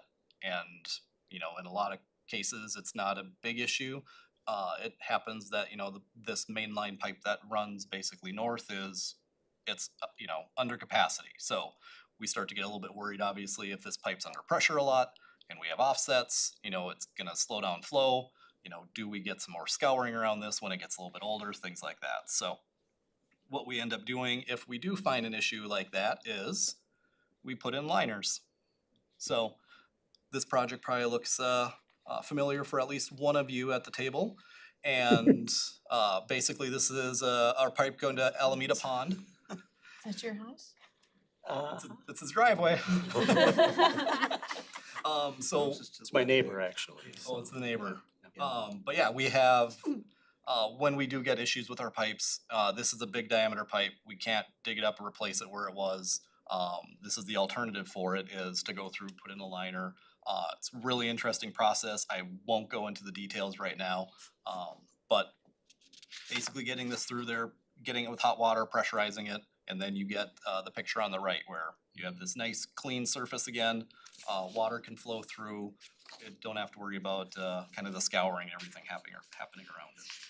And that was a case that was discovered, actually, they were digging in the garden and the pipe had collapsed, and so the ground disappeared and they could see down into the pipe, so there was clearly an issue. Clearly an issue, yes, and the feedback from the residents, inspecting our pipes is very helpful too. As we look at prioritizing our projects, this is kind of our next 5-year layout for our PMP. Again, kind of that pinkish is the PMP reconstruct area on County Road B, just south of 3635. And, these are kind of the maps that I end up looking at as we start, building all this stuff out to find out how we prioritize funding and projects and where we're really gonna start looking at this. And, I very much appreciate the Public Works Director, appeasing again my random comments as things come up on these things and, his patience with me, so it's great. But again, it's like this really kind of helps us look at these areas where we're gonna have projects because we really wanna tie projects together because, we can go through with our street, we can remove the street, we can put in the project with our storm funds. That really kind of helps, extend the storm fund budget because we're already going through doing the work instead of going through and doing everything all at the same time, so. But at the same point in time, this does kind of hinder just, getting some more of those critical projects completed, like, if we do have the surcharging catch basins, manholes, it does delay it because we're trying to work through all these projects at the same time and get things going forward. And then as we kind of look at the project side of it, it's like our storm ponds are, again, 60 years old, 50 years old. A lot of them need repair. We have a lot of inspections that happen to them, whether we do it or a consultant does it. And, we are trying to make sure that these things work. This is County Road C in Fairview. There's just a lot of, from our side, this doesn't look good because there's a lot of things that are tilted and, clogged and things like that. So when we go through and we do repairs on these projects, they're major repairs at this point. We're spending, this is $330,000 for dredge a third of the pond and to remove, put in a new outlet, put in a new inlet. And these are kind of what we expect when we go through and do a lot of our projects now. Other ones are basically historic flooding where roads overtop, water overtops roads, runs through somebody's garage in their house. And as we identify and work through all these projects, this one came up again in 2009 and we didn't get to it until our 2022 PMP. I thank the homeowner every time I see him for his patience. He has been fantastic. And, when we finally get to it, now we're looking at doing a project that's gonna remove a little bit of water. It's like we got it sized as big as we can because once we start digging, we basically have utilities on one side of the road, utilities on the other side, we have private property. So it's like this is as big as we could possibly get it that it would fit in this area. It does make a nice improvement for the property. It does lower the risk of water overtopping the road, going through his house, everything like that. So it's a very good project in a very good place. But overall, it's like we could use a few more of these basically on that C corridor or C2 corridor. And again, this ends up being kind of one of our biggest issues is basically that yellow dot is a backyard, there's a manhole, this one surcharges. Basically, it'll blow the manhole cover off, we'll get scouring around it. It's very, very hard for us to tackle this problem, basically because it's 90 acres of residential and a little bit of institutional property. We basically own anything in the right of way, but again, where the utilities are in this area is very difficult for us to actually install a project. So in this case, timing wise, it worked out where I was actually working with Concordia Meadows Atrium, the town home association up there. They were managing a pond. I said, hey, what happens if we expand that pond a little bit? You know, in the end, everything worked out. They were all for it. We got to basically reroute storm sewer. We got to increase about 2.5 acre feet of stormwater storage in this, you know, all from us working with, again, Concordia Meadows to basically work within our drainage utility easement, again, that they've been managing, you know, since this was put in about 1991. But the problem with this overall project was when it was installed in 91, it wasn't built to plan. So now all of a sudden we're noticing that it's not built to plan. We have these drainage issues. So by adding the storage that should have been there originally, you know, that's getting us closer to where we need to be again. But again, when we're looking at 90 acres and we have basically a big drainage issue and have very little way to work our way out of it, every little drop will count. But again, pre-construction's on the left, post-construction, and then we worked again with them to basically that we'll do the prairie planting and things like that for habitat, lack of, you know, ease of maintenance, things like that. Again, it helps with our pollinator friendly community. We can check a lot of boxes with you know, a project like this. Very large scale. You'll actually hear a little bit more about this eventually.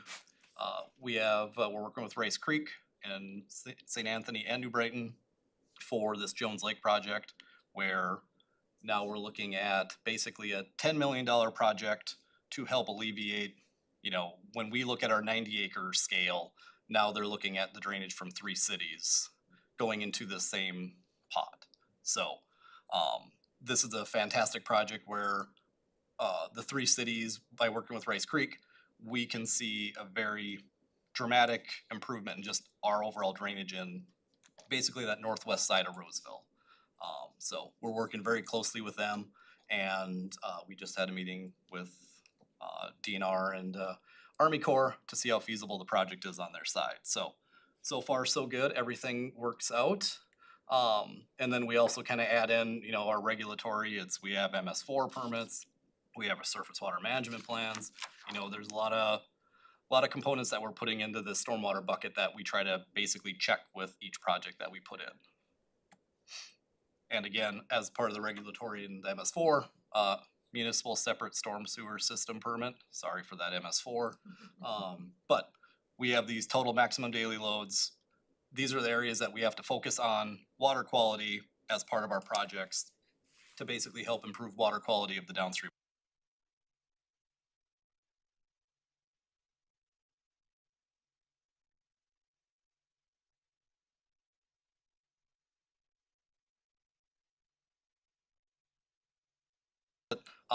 You can kind of see that it hasn't gone up a lot from basically our annual storm sewer budget. On the left, the total annual available money for stormwater improvements, was historically just our CIP, but we did actually move some money out of the CIP into more of the operating role because we are starting to do a lot more maintenance. So we didn't think that should be under just the CIP role, so we just moved it out. So I apologize for the long name nomenclature at the top, but overall, it just kind of shows that we've been pretty flat kind of throughout the years. And we did kind of a needs assessment in 2022 where we basically need to be spending about $2.2 million every year to replace our infrastructure to keep up basically to its life cycle. Again, a lot of this was in the 60s, 70s, so a lot of the manholes, catch basins, storm sewer that you saw is, you know, past its life is, you know, when you kind of start looking at the engineering standards behind it. But the way we maintain everything, the way we inspect it, it's all operable, it's all safe. But it's just like there's kind of the big burden to just kind of make sure that we are on top of this, we're using everything efficiently. And then, just the big note with this slide is, it's just like, as we are kind of moving forward with this, it's like, this fund, we do try to spread it out as far as we can, and, any money that we do put in here is well used. It covers a lot of area, and, yeah, we kind of make the most of it, and hopefully, as the years go by, it'll just, inch up each year, and, we'll take one big massive increase if it happens, but, slow progression works well for us too. So with that, I was gonna say, we just approved a fairly substantial increase to our stormwater utility fee for this year, starting this year. So that's a part of the reason for that is what you've just shown here is the need for the funding. yep, and then yeah, just the overall, the way the projects kind of come together and the way we kind of, have them installed and the way we coordinate them out, that was the other just big component for tonight, is just make sure everyone is comfortable with, the way we plan and program these, because again, it's like, for say the Bossard one again, it's like, that's 90 acres, we would have to spend $1 million and we would improve it some.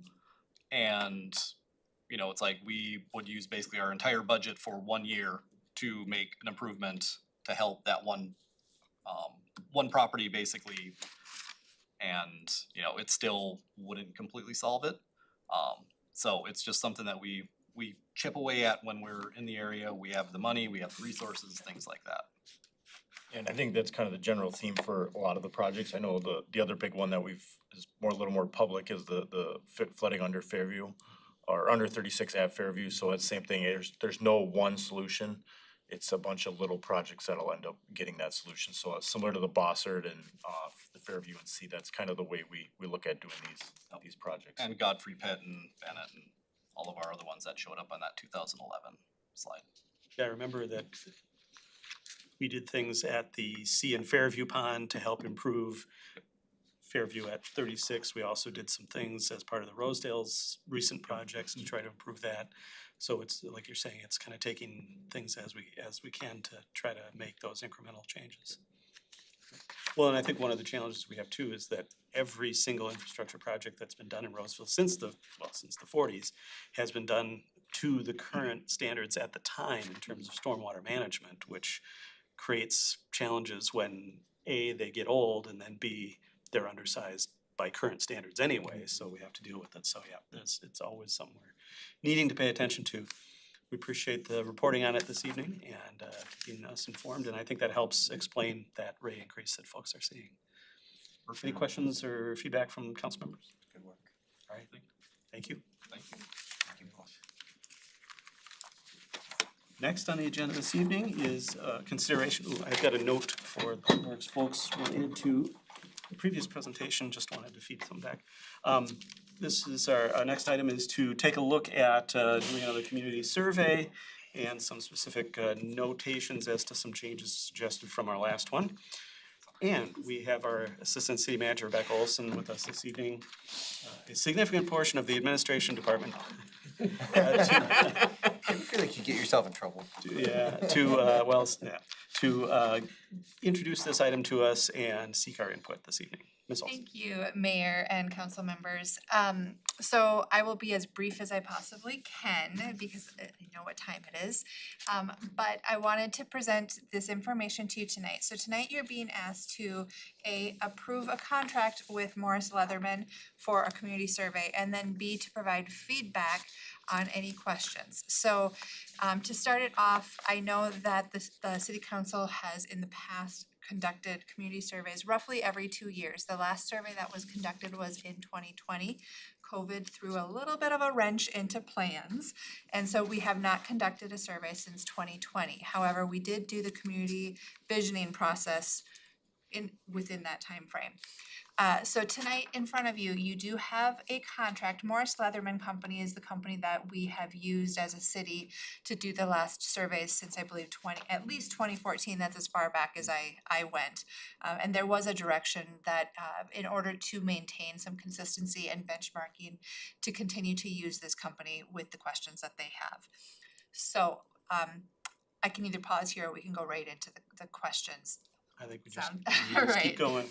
So as part of your agenda packet, you had some suggested edits to the questions for the survey. In front of you is the questions from 2020.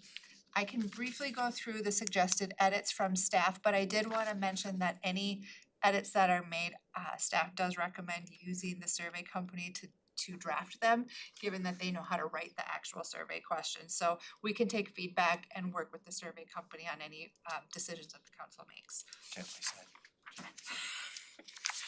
So the first suggested edit is to question. I'm so sorry, I have way too many papers up here. To questions 26 through 30. And these questions were originally designed or placed on the survey from our recollection when some of the park buildings were new.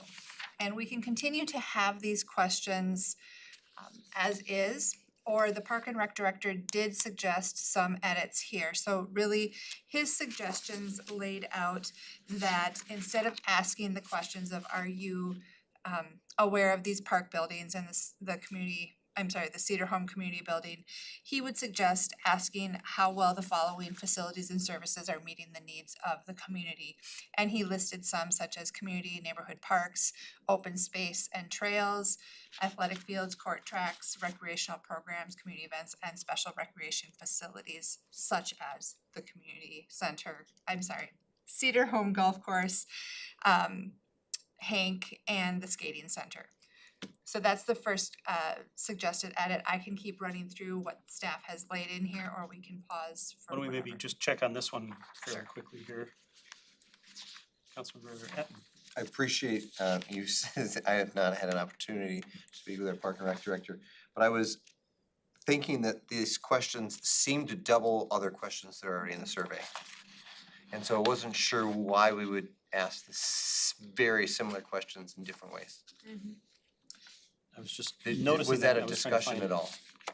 No, council member, it wasn't. I think if you're referencing the suggested how well the facilities and services meeting your needs, I think what we could do, if those are the questions that you'd like to consider, we can combine them and just update some of the facilities and the other suggestions into one question.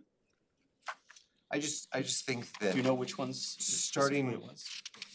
Yeah, starting at question 18, we are talking about recreation facilities, we're talking about how people would rate them, upkeep of park maintenance, park programming, right? So we're going through and essentially hitting all of those. And I would be reluctant to change the questions unless there was some real specific reason why these questions got to something much deeper. I mean, the goal is as much as possible consistency. And I feel like these questions are getting to almost this exact same thing without being redundant and keeping consistency. I would actually just differ a little bit on that because it looks like this question that's being suggested talks about how well these specific facilities meet the needs of the household. And as I look at the other questions starting with 18, they don't really have a specific question about these specific facilities. And then obviously 26 through 30 is very specific to those buildings and the Cedar Home Community Building. Yep. So I kind of get what this is getting at that isn't necessarily got at by these other questions. Yep. 31 asks about recreation and sports facilities and what's missing. So maybe there's an addition for certain facilities we wanna add or we wanna expand some of that, but when we're talking about community versus neighborhood parks, most people, unless they're super geeks like myself, don't know the difference. Why we're talking about that versus just parks in general. Trails are mentioned multiple times in these questions.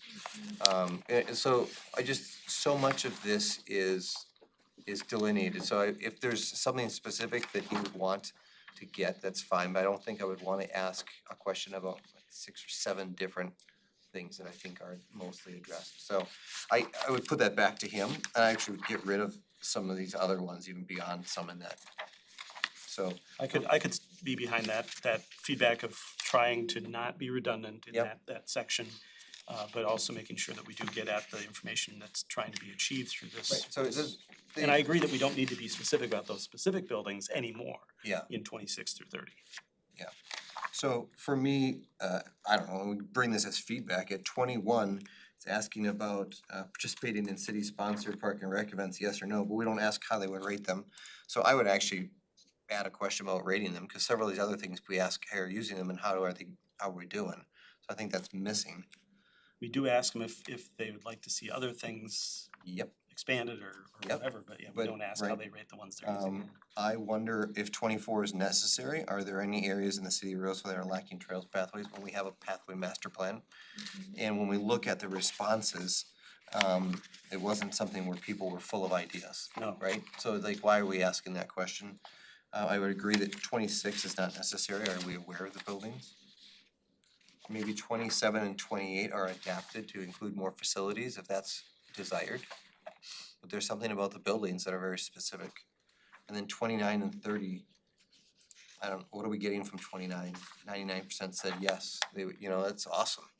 But I'm not sure that's necessary, right? So if we want some room for another question or two, for me, those are questions that are really not giving us any useful or new information or are just past their time.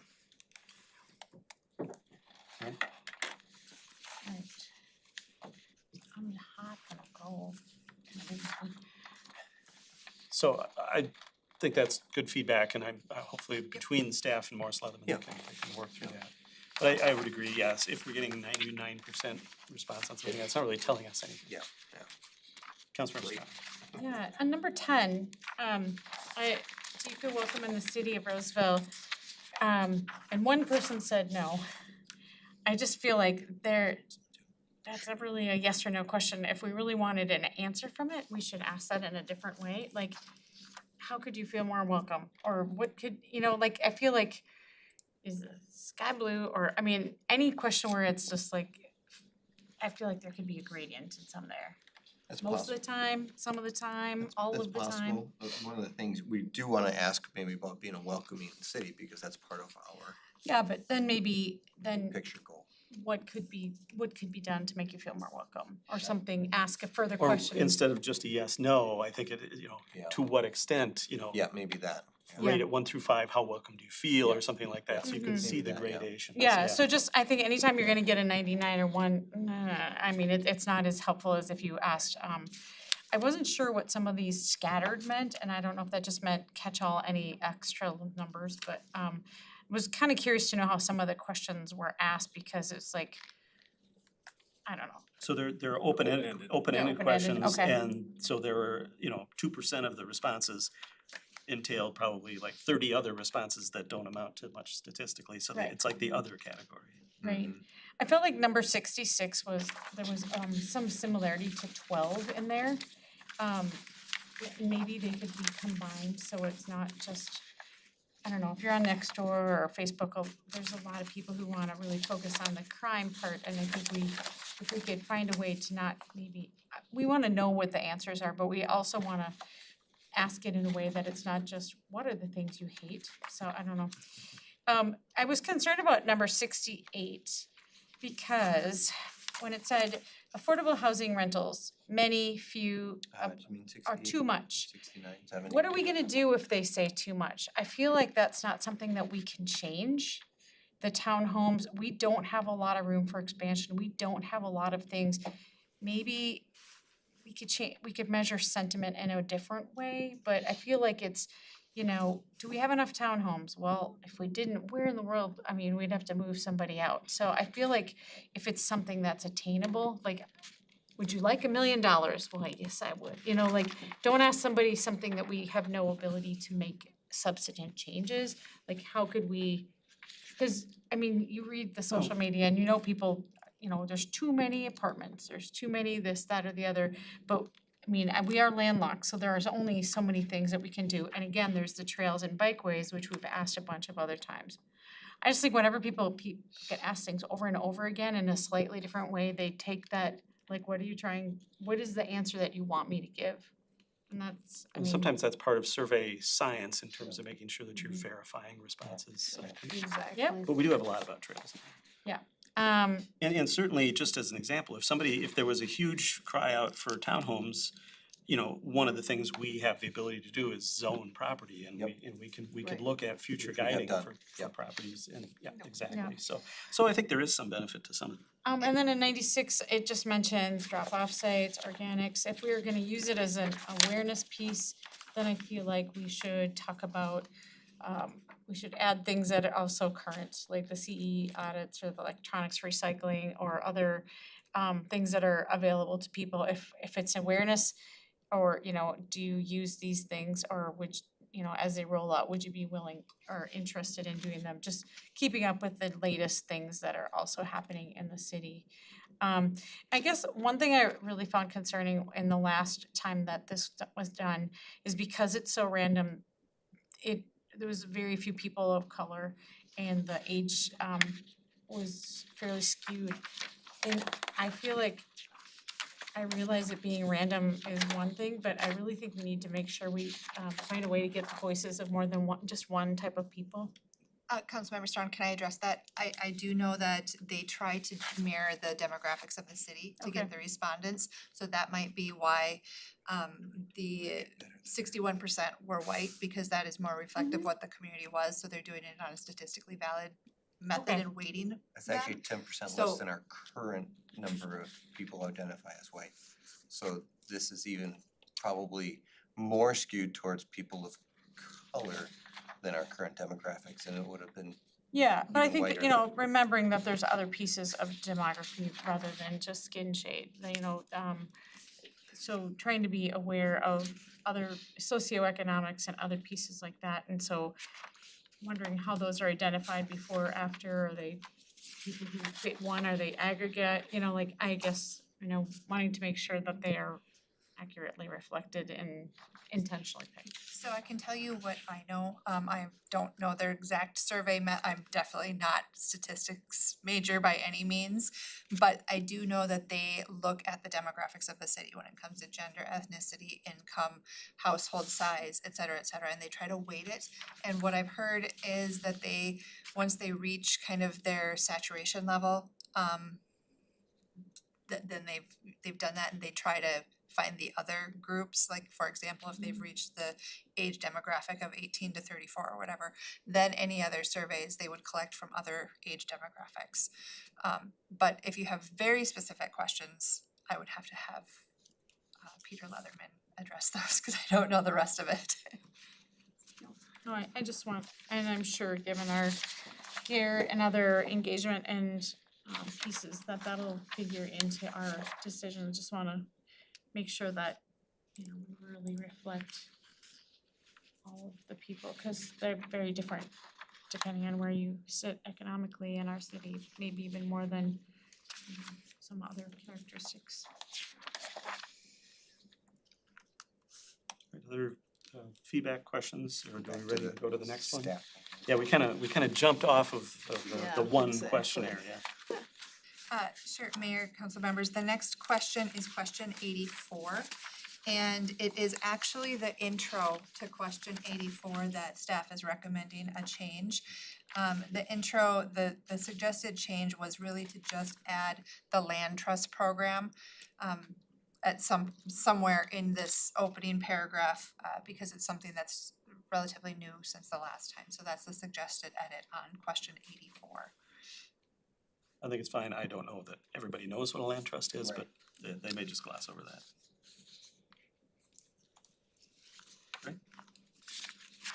The next one is question 93.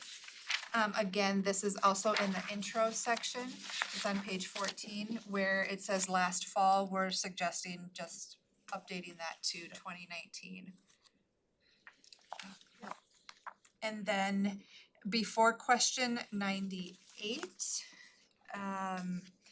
The suggested edit is to add a longer intro where it talks about what Ramsey and Washington counties are doing regarding food scraps pickup, et cetera, so it's more of an education piece so that they understand what it is.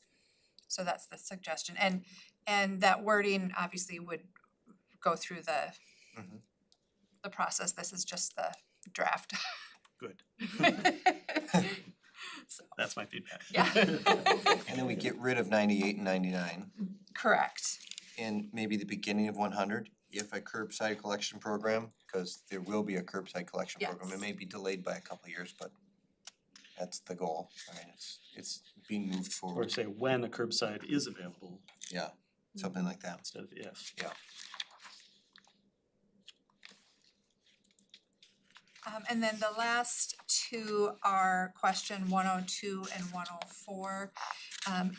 The question 102 this is just a suggestion, we can leave it in, but since the city no longer has a local newspaper, would be removing that as the primary source of information. Maybe they view local newspaper it could be, what they view as maybe the Star Tribune or Pioneer Press, but just a suggested edit. And then in question 104, because we have a couple of different things that are considered Roseville City News, clarifying it by just indicating that this is the printed city publication. And with that, those are the staff recommendations, but I obviously would like any further feedback from council. You could also on that one just add, do you recall receiving it in the mail? Because that's the way it's delivered, and that might be a way to get at that too. Councilor Strong. I was just curious about the last question. Under gender, it says do not ask. Are we making an assumption based on someone's voice? Don't really care, I'm not comfortable with that. I think if we can ask people, Oh, I think what they're saying is that's the reported demographics of the known information they have about I'm guessing, because they're not actually asking the question. I don't know what I don't think it's based on what they hear from the person, but rather what might be otherwise available and so it's. And we may want to consider adding additional categories under gender as well. to identify. Just as I was like, oh, do not ask, just assume. I think it was they were using other sources of information. All right. I think it would be better to ask people. Any other feedback on different questions? So I think generally from my perspective, the substitution of city emails for the local newspaper, makes some sense because that's something we actually do. And we might like to know about it. The question about, everybody always complains that we don't have a local newspaper anymore, and I'm not sure that we need a survey question to understand that. Or to know what to do about it, because nobody's gonna know what to do about it I was either. gonna say, what could we There's do nothing. about So, it? but it just got me thinking about it, so I think I've worked through that now, so. Out loud. Out It's loud. funny that only 9% Thanks said for working through. that was their primary source even then.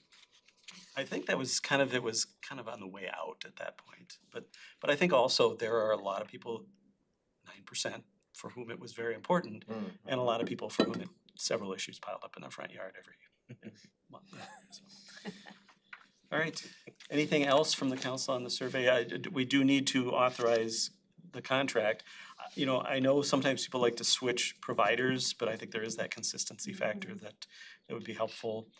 We may want to think about getting into a cycle where at some point after so many years, so many surveys we do, and maybe it'd be a good discussion for a future time is to think about how we approach that. You'd go out for a bid like we do with, what else do we know? Well, some of attorney our, services. yeah, for some of our services where we say, 3-year contracts and something like the city manager could recommend going beyond the normal renewal or whatever. Anyway, something about that, because there may be best practices as to how to proceed with, bidding on those surveys. I know there's a lot of entities out there now that may not have been out there in the past. Councilmember Atten. I will move approval of the contract with Morris Leatherman, considering the suggested adjustments that came up in our meeting. Second. It's been moved by Councilmember Atten, seconded by Councilmember Schroeder to approve that contract and note the feedback on the questions. discussion on the motion, is maker of the motion, Councilmember Ratten? I'm good, thanks. Seconder, I'm good. all right, any other discussion?